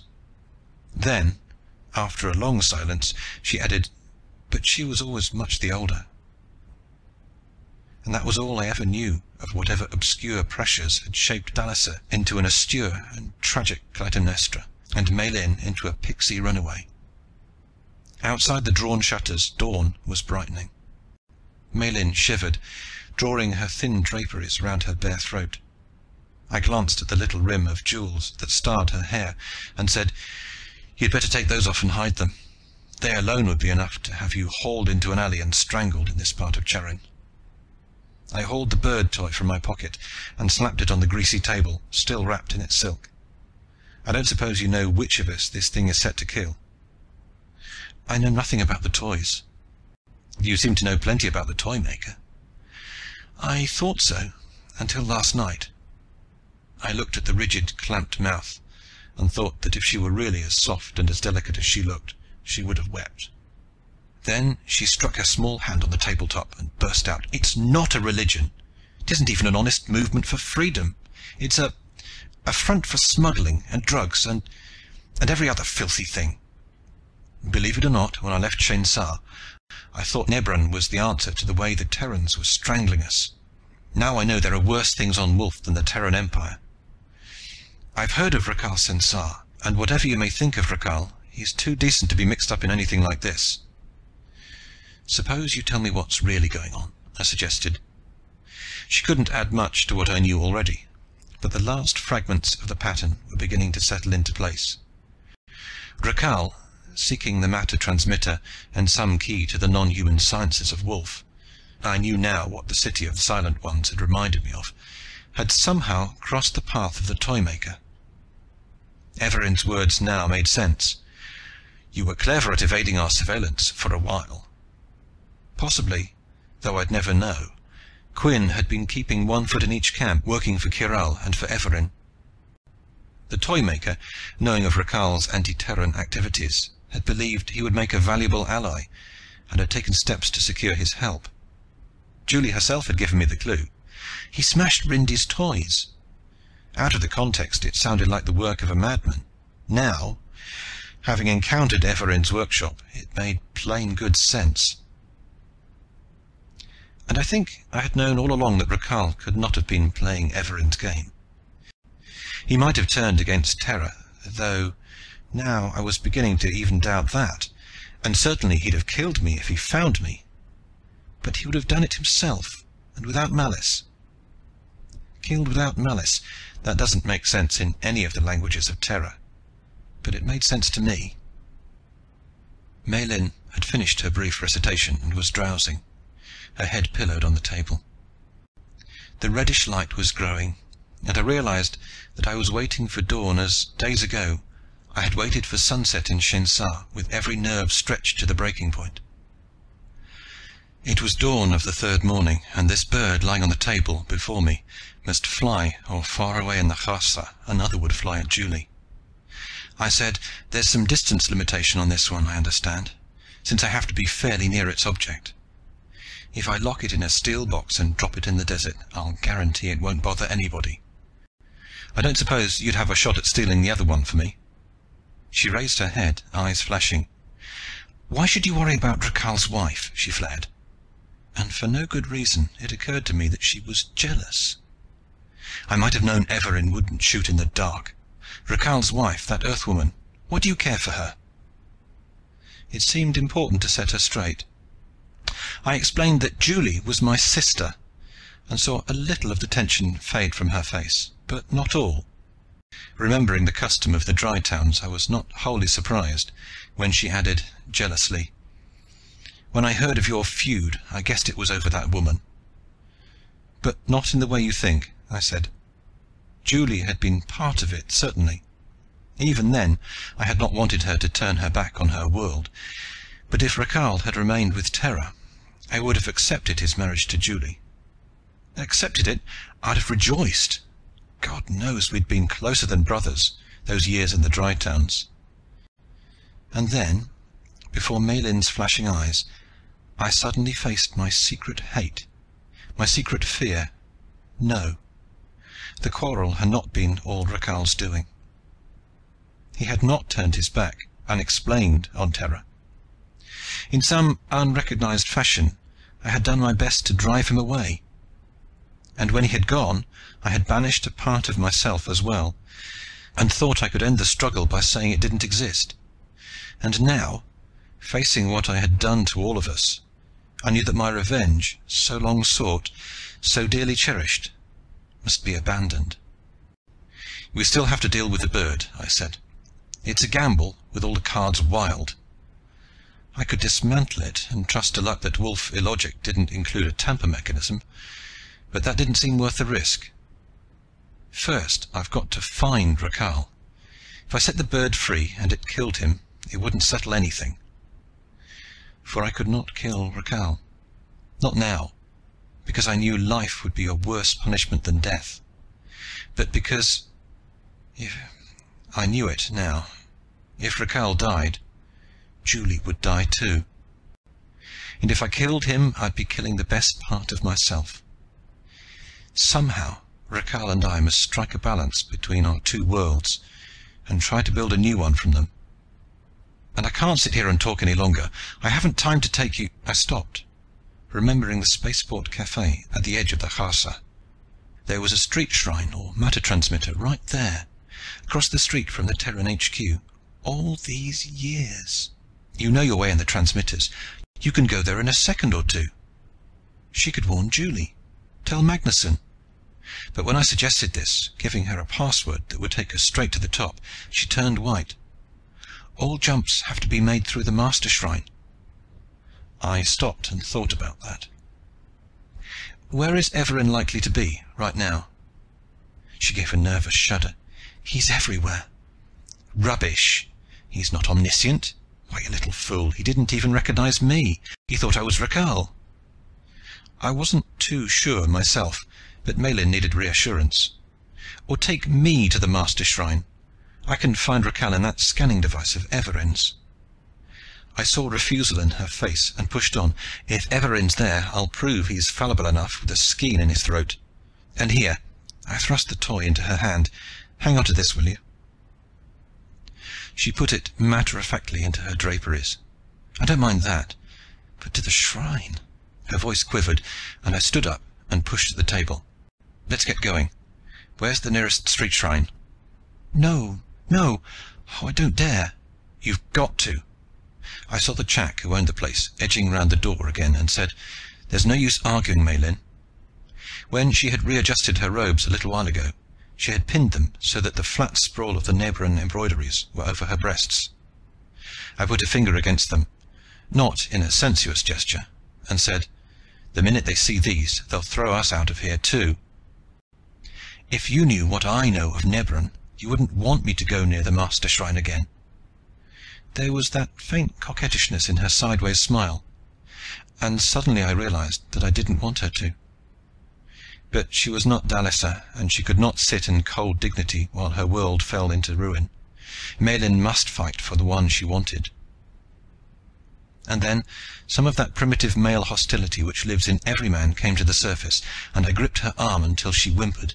Then I said, in the Shane San which still comes to my tongue when moved or angry, "Damn it, you're going! Have you forgotten that if it weren't for me, you'd have been torn to pieces by that raving mob, or something worse?" That did it. She pulled away, and I saw again, beneath the veneer of petulant coquetry, that fierce and untamable insolence of the Dry-towner. The more fierce and arrogant in this girl, because she had burst her fettered hands free and shaken off the ruin of the past. I was seized with a wildly inappropriate desire to seize her, crush her in my arms, taste the red honey of that teasing mouth. The effort of mastering the impulse made me rough. I shoved at her and said, "Come on, let's get there before Everin does." End of chapter 13. Chapter 14. Outside in the streets it was full day, and the colour and life of Terran had subsided into listlessness again, a dim, morning dullness and silence.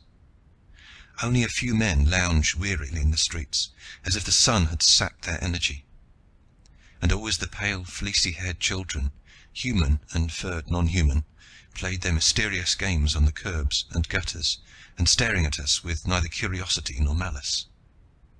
Malin was shaking when she set her feet into the patterned stones of the street shrine. "Scared, Malin? I know Everin, you don't, but—" Her mouth twitched in a painful attempt at the old mischief. "When I'm with a great and valorous Earthman—" "Cut it out," I growled, and she giggled. "You'll have to stand closer to me. The transmitters are meant only for one person." I stooped and put my arms around her. "Like this?" "Like this," she whispered, pressing herself against me. A staggering whirl of dizzy darkness swung around my head. The street vanished. After an instant, the floor steadied, and we stepped into the terminal room in the Master Shrine, under a skylight dim with the last red slant of sunset. Distant hammering noises rang in my ears.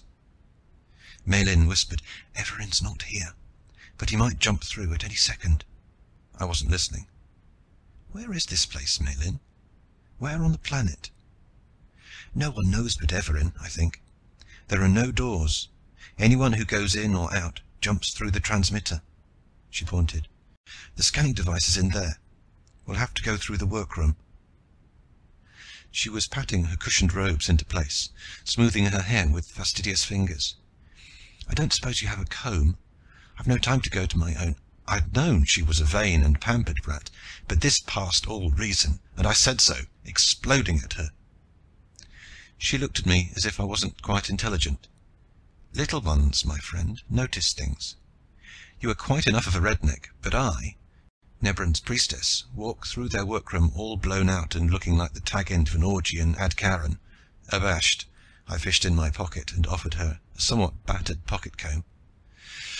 She looked at it distastefully, but used it to good purpose, smoothing her hair swiftly, rearranging her loose-pinned robe so that the worst of the tears and stains were covered, giving me meanwhile an artless and rather tempting view of some delicious curvature. She replaced the starred tiara on her ringlets, and finally opened the door of the workroom, and we walked through. Not for years had I known that particular sensation, thousands of eyes boring holes in the center of my back somewhere. There were eyes, the round inhuman orbs of the dwarf chacks, the faceted stare of the prism eyes of the toys. The workroom wasn't 100 feet long, but it felt longer than a good many miles I'd walked. Here and there the dwarfs murmured an obsequious greeting to Maylin, and she made some light-hearted answer. She had warned me to walk as if I had every right to be there, and I strode after her as if we were simply going to an agreed-on meeting in the next room. But I was drenched with cold sweat before the further door finally closed, safe and blessedly opaque, behind us. Maylin, too, was shaking with fright, and I put a hand on her arm. "Steady, kid. Where's the scanner?" She touched the panel I'd seen. "I'm not sure if I can focus it accurately. Everin never let me touch it." This was a fine time to tell me that. "How does it work?" "It's an adaptation of the transmitter principle. It lets you see anywhere, but without jumping. It uses a tracer mechanism, like the one in the toys. If Rakal's electrical impulse pattern were on file..." "Just a minute." She fished out the bird toy and unwrapped it. "Here's how we find out which of you this is keyed to." I looked at the fledgling bird, lying innocently in her palm, as she pushed aside the feathers, exposing a tiny crystal. "If it's keyed to you, you'll see yourself in this, as if the screen were a mirror. If it's keyed to Rakal..." She touched the crystal to the surface of the screen. Little flickers of snow wavered and danced. Then abruptly we were looking down from a height at the lean back of a man in a leather jacket. Slowly he turned. I saw the familiar set of his shoulders, saw the back of his head come into an aquiline profile, and the profile turned slowly into a scarred, seared mask, more hideously claw-marked and disfigured than my own. "Rakal," I muttered. "Shift the focus if you can, Maylin. Get a look out of the window or something. Sharon's a big city. If we could get a good look at a landmark..." Rakal was talking soundlessly, his lips moving as he spoke to someone out of sight range of the scanning device. Abruptly, Maylin said, "There." She had caught a window in the sight field of the pane. I could see a high pylon and 2 or 3 uprights that looked like a bridge just outside. I said, "It's the Bridge of Summer Snows. I know where he is now. Turn it off, Maylin. We can find him." I was turning away when Maylin screamed, "Look!"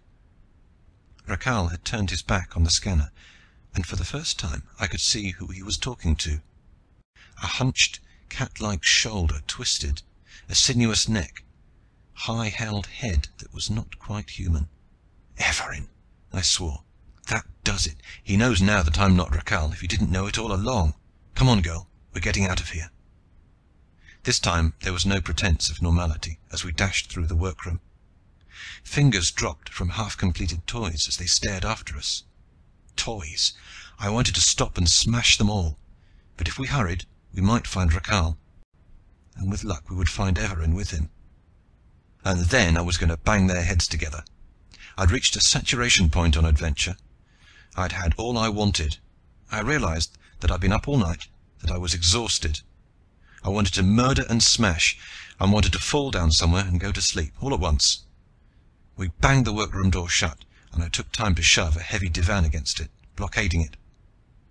Maylin stared. "The little ones wouldn't harm me," she began. "I'm sacrosanct." I wasn't sure. I had a notion her status had changed plenty, beginning when I saw her chained and drugged and standing under the hovering horror. But I didn't say so. Maybe, but there's nothing sacred about me. She was already inside the recess where the toad god swatted. There is a street shrine just beyond the Bridge of Summer Snows. We can jump directly there. Abruptly, she froze in my arms with a convulsive shudder. "Everin, hold me tight. He's jumping in. Quick!" Space reeled around us, and then... Can you split instantaneousness into fragments? It didn't make sense. But so help me, that's what happened. And everything that happened occurred within less than a second. We landed in the street shrine. I could see the pylon and the bridge, and the rising sun of Charin. Then there was a giddy internal wrenching. A blast of icy air whistled round us, and we were gazing out at the polar mountains ringed in their eternal snow. Malin clutched at me. Pray, pray to the gods of Terra, if there are any. She clung so violently that it felt as if her small body were trying to push through me and come out the other side. I hung on tight. Malin knew what she was doing in the transmitter. I was just along for the ride, and I didn't relish the thought of being dropped off somewhere in that black limbo we traversed.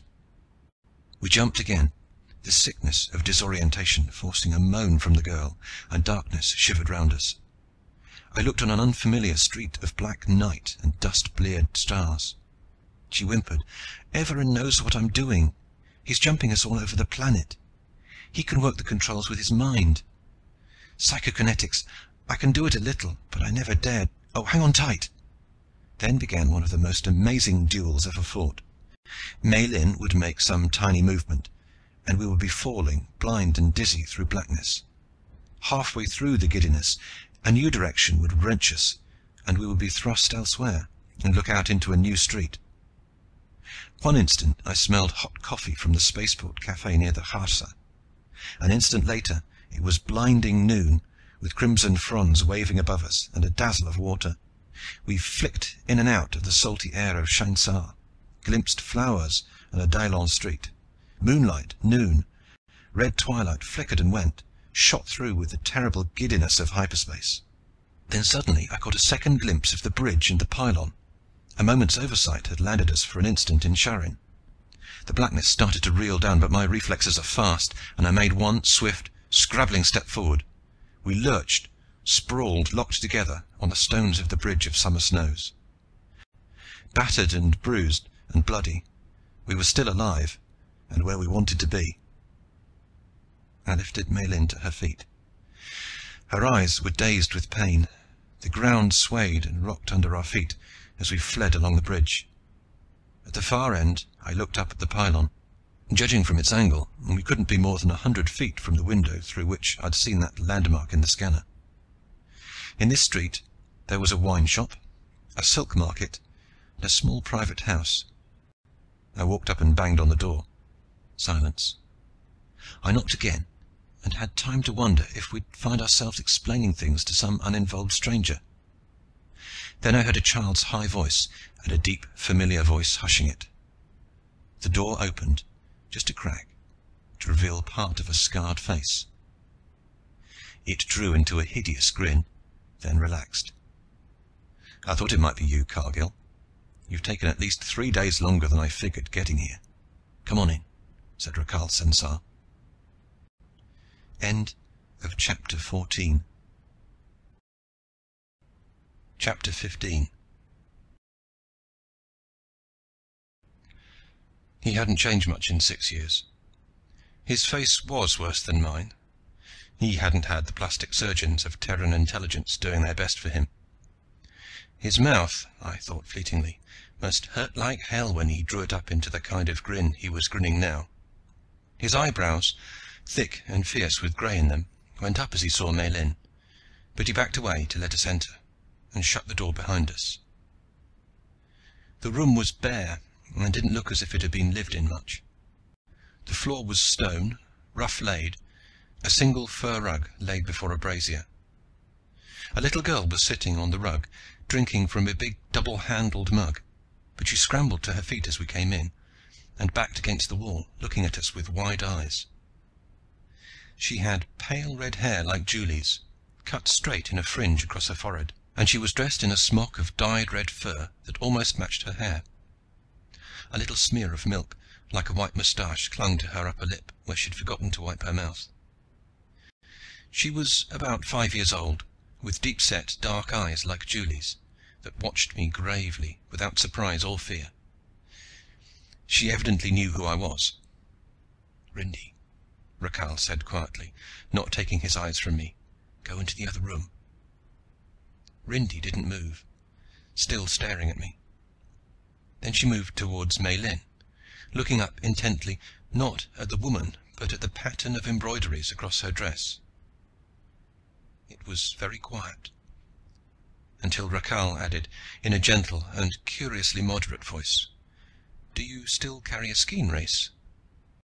I shook my head. There's an ancient proverb on Terra about blood being thicker than water, Rakhal. That's Julie's daughter. I'm not going to kill her father right before her eyes. My rage spilled over then, and I bellowed, "To hell with your damn Dry Town feuds, and your filthy toad god, and all the rest of it." Rakhal said harshly, "Rindy, I told you to get out." "She needn't go." I took a step towards the little girl, a wary eye on Rakhal. "I don't know quite what you're up to, but it's nothing for a child to be mixed up in. Do what you damn please. I can settle with you any time. The first thing is to get Rindy out of here. She belongs with Julie, and damn it, that's where she's going." I held up my arms to the little girl and said, "It's over, Rindy. Whatever he's done to you, your mother sent me to find you. Don't you want to go to your mother?" Rakhal made a menacing gesture and warned I wouldn't. Maylin darted swiftly between us and caught up the child in her arms. Rindy began to struggle noiselessly, kicking and whimpering, but Maylin took 2 quick steps and flung an inner door open. Rakhal took a stride toward her. She whirled on him, fighting to control the furious little girl, and gasped, "Settle it between you, without the baby watching." Through the open door I briefly saw a bed, a child's small dresses hanging on a hook, before Maylin kicked the door shut and I heard a latch being fastened. Behind the closed door, Rindy broke into angry screams, but I put my back against the door. "She's right. We'll settle it between the 2 of us. What have you done to the child?" "If you thought..." Rakhal stopped himself in mid-sentence and stood watching me, without moving for a minute. Then he laughed. "You're as stupid as ever, Race. Why, you fool, I knew Julie would run straight to you, if she was scared enough. I knew it would bring you out of hiding. Why, you damn fool." He stood mocking me, but there was a strained fury, almost a frenzy of contempt behind the laughter. "You filthy coward, Race. 6 years hiding in the Terran zone. 6 years, and I gave you 6 months. If you'd had the guts to walk out after me, after I rigged that final deal to give you the chance, we could have gone after the biggest thing on Wolf, and we could have brought it off together, instead of spending years spying and dodging and hunting. And now, when I finally get you out of hiding, all you want to do is run back where you'll be safe. I thought you had more guts. Not for Everin's dirty work." Rakhal swore hideously. "Everin? Do you really believe..." "I might have known he'd get to you too. That girl. And you managed to wreck all I did there too." Suddenly, so swiftly my eyes could hardly follow, he whipped out his skein and came at me. "Get away from that door." I stood my ground. "You'll have to kill me first. And I won't fight you, Rakhal. We'll settle this, but we'll do it my way for once, like Earthmen. Son of the ape, get your skein out, you stinking coward." "I won't do it, Rakhal." I stood and defied him. I had outmaneuvered Dry Towners in a shegri bet. I knew Rakhal, and I knew he would not knife an unarmed man. We fought once with the Kifar, and it didn't settle anything. This time we'll do it my way. I threw my skein away before I came here. I won't fight." He thrust at me. Even I could see that the blow was a feint, and I had a flashing, instantaneous memory of Dallisa's threat to drive the knife through my palms. But even while I commanded myself to stand steady, sheer reflex threw me forward, grabbing at his wrist and the knife. Between my grappling hand he twisted, and I felt the skein drive home, rip through my jacket with a tearing sound. Felt the thin, fine line of touch, not pain yet, as it sliced flesh. The pain burned through my ribs, and I felt hot blood, and I wanted to kill Rakhal, wanted to get my hands round his throat and kill him with them. At the same time I was raging, because I didn't want to fight the crazy fool. I wasn't even mad at him.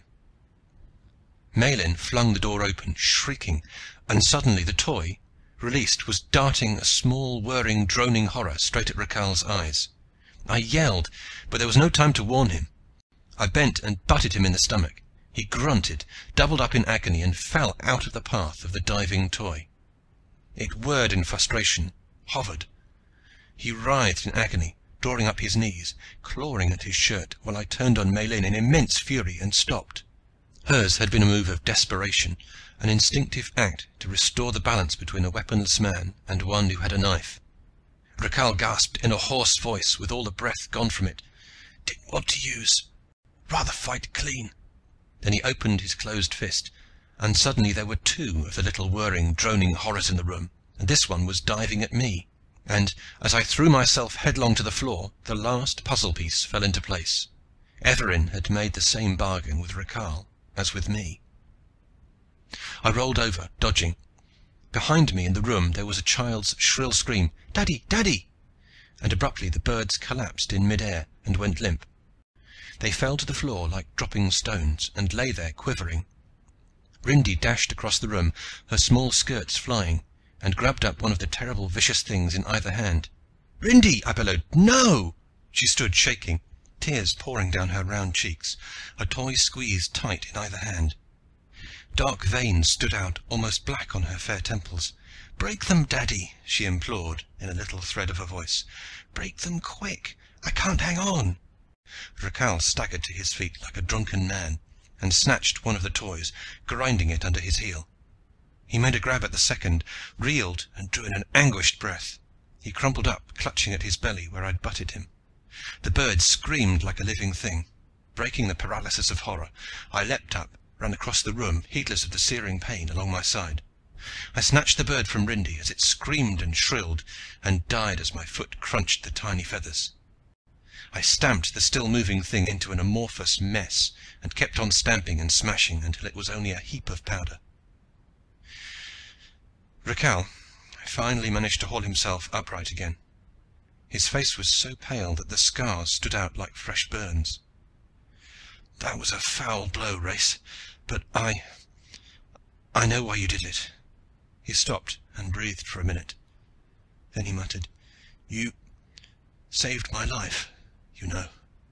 Did you know you were doing it when you did it?" Still breathing hard, I nodded. Done knowingly, it meant an end of blood-feud. However, we had wronged each other, whatever the pledges. I spoke the words that confirmed it and ended it, finally and forever. There is a life between us. Let it stand for a death. Maylin was standing in the doorway, her hands pressed to her mouth, her eyes wide. She said shakily, "You're walking around with a knife in your ribs, you fool." Rakhal whirled, and with a quick jerk he pulled the skein loose. It had simply been caught in my shirt cloak, in a fold of the rough cloth. He pulled it away, glanced at the red tip, then relaxed. "Not more than an inch deep," he said. Then angrily defending himself, "You did it yourself, you ape. I was trying to get rid of the knife when you jumped me." But I knew that, and he knew I knew it. He turned and scooped up Rindy, who was sobbing noisily. She dug her head into his shoulder, and I made out her strangled words. "The other toys hurt you when I was mad at you," she sobbed, rubbing her fists against smeared cheeks. I wasn't that mad at you. I wasn't that mad at anybody. Not even him." Rakhal pressed his hand against his daughter's fleecy hair and said, looking at me over her head, "The toys activate a child's subconscious resentments against his parents. I found out that much. That also means a child can control them for a few seconds. No adult can." A stranger would have seen no change in his expression, but I knew him and saw. "Julie said you threatened Rindy." He chuckled and set the child on her feet. "What else could I say that would have scared Julie enough to send her running to you? Julie's proud, almost as proud as you are, you stiff-necked son of the ape." The insult did not sting me now. "Come on, sit down and let's decide what to do, now we've finished up the old business." He looked remotely at Maylin and said, "You must be Dallas's sister. I don't suppose your talents include knowing how to make coffee?" They didn't, but with Rindy's help, Maylin managed. And while they were out of the room, Rakhal explained briefly. "Rindy has rudimentary ESP. I've never had it myself, but I could teach her something, not much, about how to use it. I've been on Everin's track ever since that business of the Liss. I'd have got it sooner if you were still working with me, but I couldn't do anything as a Terran agent, and I had to be kicked out so thoroughly that the others wouldn't be afraid I was still working secretly for Terra.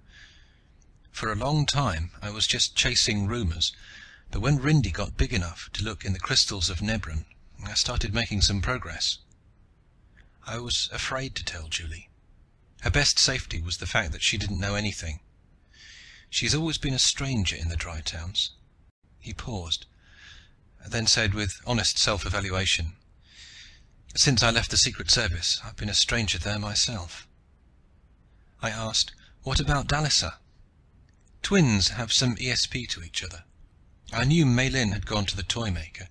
I tried to get Dalisa to find out where Maylin had gone, learn more about it. Dalisa wouldn't risk it.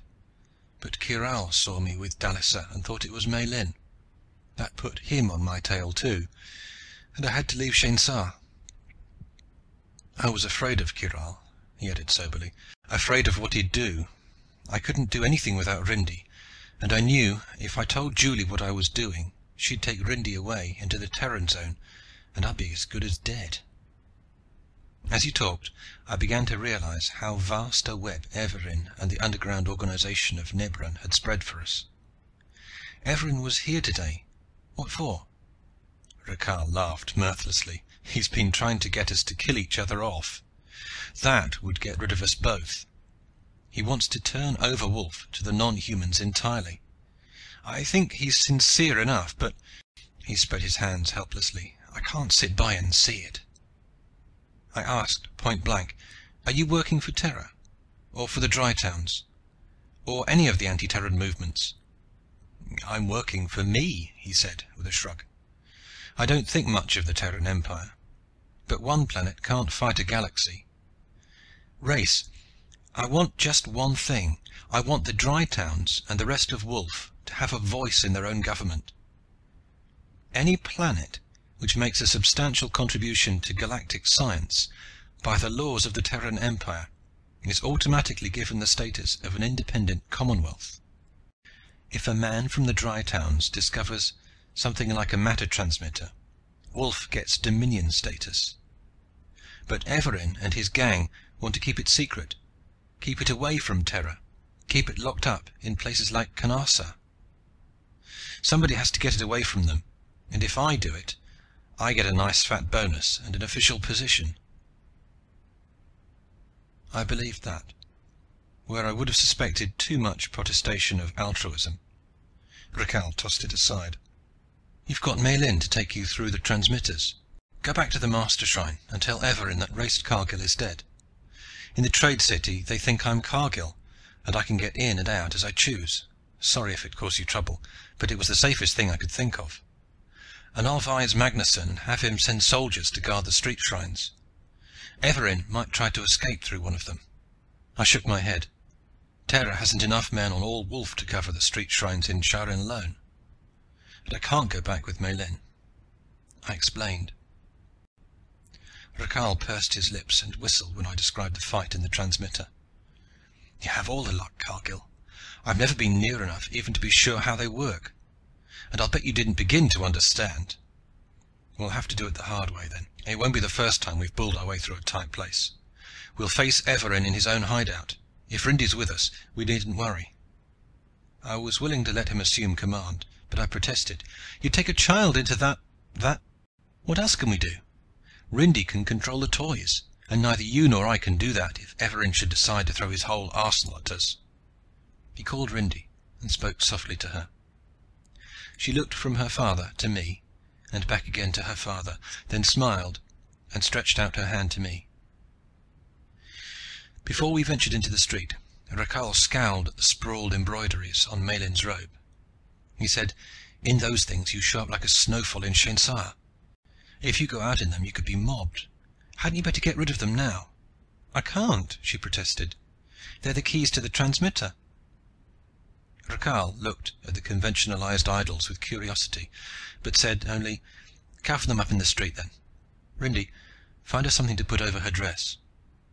When we reached the street shrine, Maylin admonished, "Stand close together on the stones. I'm not sure we can all make the jump at once, but we'll have to try." Rakhal picked up Rindy and hoisted her to his shoulder. Maylin dropped the cloak she had draped over the pattern of the Nebran embroideries, and we crowded close together. The street swayed and vanished, and I felt the now familiar dip and swirl of blackness before the world straightened out again. Rindy was whimpering, dabbing smeary fists at her face. "Daddy, my nose is bleeding." Malin hastily bent and wiped the blood from the snubby nose. Rakhal gestured impatiently. "The workroom. Wreck everything you see. Rindy, if anything starts to come at us, you stop it. Stop it quick, and..." He bent and took the little face between his hands. "Chia, remember they're not toys, no matter how pretty they are." Her grave, grey eyes blinked, and she nodded. Rakhal flung open the door of the elves' workshop with a shout. The ringing of the anvils shattered into 1,000 dissonances as I kicked over a workbench, and half-finished toys crashed in confusion on the floor. The dwarfs scattered like rabbits before our assault of destruction. I smashed tools, filigree, jewels, stamping everything with my heavy boots. I shattered glass, caught up a hammer and smashed crystals. There was a wild exhilaration to it. A tiny doll, proportioned like a woman, dashed toward me, shrilling in her supersonic shriek. I put my foot on her and ground the life out of her, and she screamed like a living woman as she came apart. Her blue eyes rolled from her head and lay on the floor, watching me. I crushed the blue jewels under my heel. Rakhal swung a tiny hound by the tail. Its head shattered into debris of almost invisible gears and wheels. I caught up a chair and wrecked glass cabinet of parts with it, swinging furiously. A berserk madness of smashing and breaking had laid hold of me. I was drunk with crushing and shattering and ruining when I heard Malin scream a warning and turned to see Everin standing in the doorway. His green cat eyes blazed with rage. Then he raised both hands in a sudden sardonic gesture, and with a loping, inhuman glide, raced for the transmitter. "Rindy," Rakhal panted, "can you block the transmitter?" Instead, Rindy shrieked, "We've got to get out! The roof is falling down! The house is going to fall down on us! The roof! Look at the roof!" I looked up, transfixed by horror. I saw a wide rift open, saw the skylight shatter and break, and daylight pouring through the cracking walls. Rakhal snatched Rindy up, protecting her from the falling debris with his head and shoulders.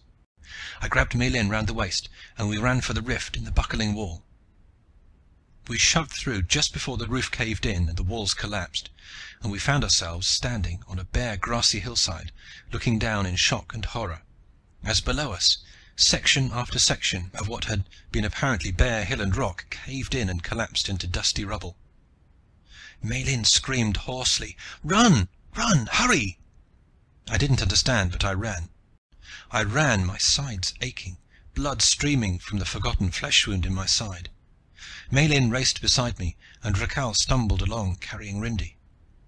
Then the shock of a great explosion rocked the ground, hurling me down full length, Malin falling on top of me.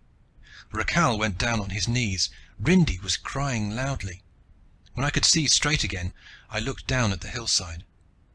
There was nothing left of Everin's hideaway, or the master shrine of Nebran, except a great gaping hole, still oozing smoke and thick black dust. Malin said aloud, dazed, "So that's what he was going to do." It fitted the peculiar non-human logic of the Toymaker. He'd covered the traces. "Destroyed!" Rakhal raged. "All destroyed! The workrooms, the science of the toys, the matter transmitter. The minute we find it, it's destroyed." He beat his fists furiously. "Our one chance to learn." "We were lucky to get out alive," said Malin quietly. "Where on the planet are we, I wonder?" I looked down the hillside and stared in amazement. Spread out on the hillside below us lay the Khasa, topped by the white skyscraper of the HQ. "I'll be damned," I said. "Right here. We're home, Rakhal. You can go down and make your peace with the Terrans, and Julie.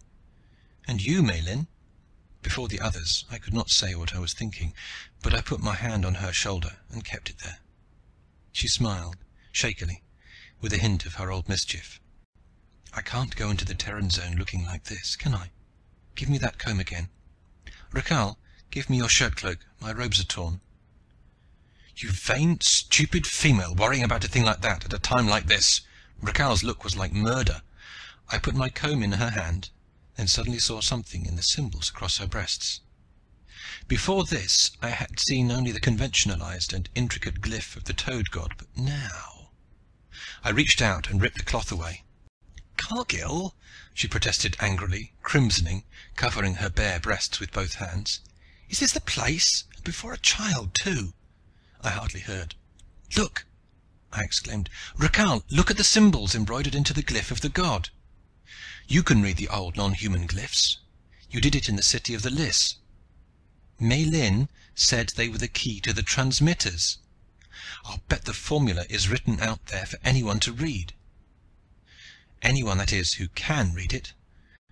I can't, but I'll bet the formula equations for the transmitters are carved on every toad god glyph on Wolf. Rakhal, it makes sense. There are two ways of hiding something. Either keep it locked away, or hide it right out in plain sight. Whoever bothers even to look at a conventionalized toad god? There are so many billions of them." He bent his head over the embroideries, and when he looked up, his face was flushed. "I believe, by the chains of Shara, I believe you have it, Race. It may take years to work out the glyphs, but I'll do it or die trying." His scarred and hideous face looked almost handsome in exultation, and I grinned at him. "If Julie leaves enough of you, once she finds out how you maneuvered her." Look, Rindy's fallen asleep on the grass there. Poor kid. We'd better get her down to her mother. Right. Rakhal thrust the precious embroidery into his shirt cloak, then cradled his sleeping daughter in his arms. I watched him with a curious emotion I could not identify. It seemed to pinpoint some great change, either in Rakhal or myself. It's not difficult to visualize one's sister with children, but there was some strange incongruity in the sight of Rakhal carrying the little girl, carefully tucking her up in a fold of his cloak to keep the sharp breeze off her face. Mei Lin was limping in her thin sandals, and she shivered. I asked, "Cold?" "No, but I don't believe Everin is dead. I'm afraid he got away." For a minute the thought dimmed the luster of the morning. Then I shrugged. He's probably buried in that big hole up there. But I knew I would never be sure. We walked abreast, my arm round the weary, stumbling woman, and Rakhal said softly at last, "Like old times." It wasn't old times, I knew. He would know it too, once his exultation sobered. I had outgrown my love for intrigue, and I had the feeling this was Rakhal's last adventure. It was going to take him, as he said, years to work out the equations for the transmitter. And I had a feeling my own solid, ordinary desk was going to look good to me in the morning. But I knew now that I'd never run away from Wolf again. It was my own beloved sun that was rising. My sister was waiting for me down below, and I was bringing back her child. My best friend was walking at my side. What more could a man want? If the memory of dark, poisonberry eyes was to haunt me in nightmares, they did not come into the waking world. I looked at Mei Lin, took her slender, unmanacled hand in mine, and smiled as we walked through the gates of the city. Now, after all my years on Wolf, I understood the desire to keep their women under lock and key that was its ancient custom. I vowed to myself as we went that I would waste no time finding a fetter shop and having forged therein the perfect steel chains that should bind my love's wrists to my key forever. End of chapter. End of The Door Through Space by Marion Zimmer Bradley.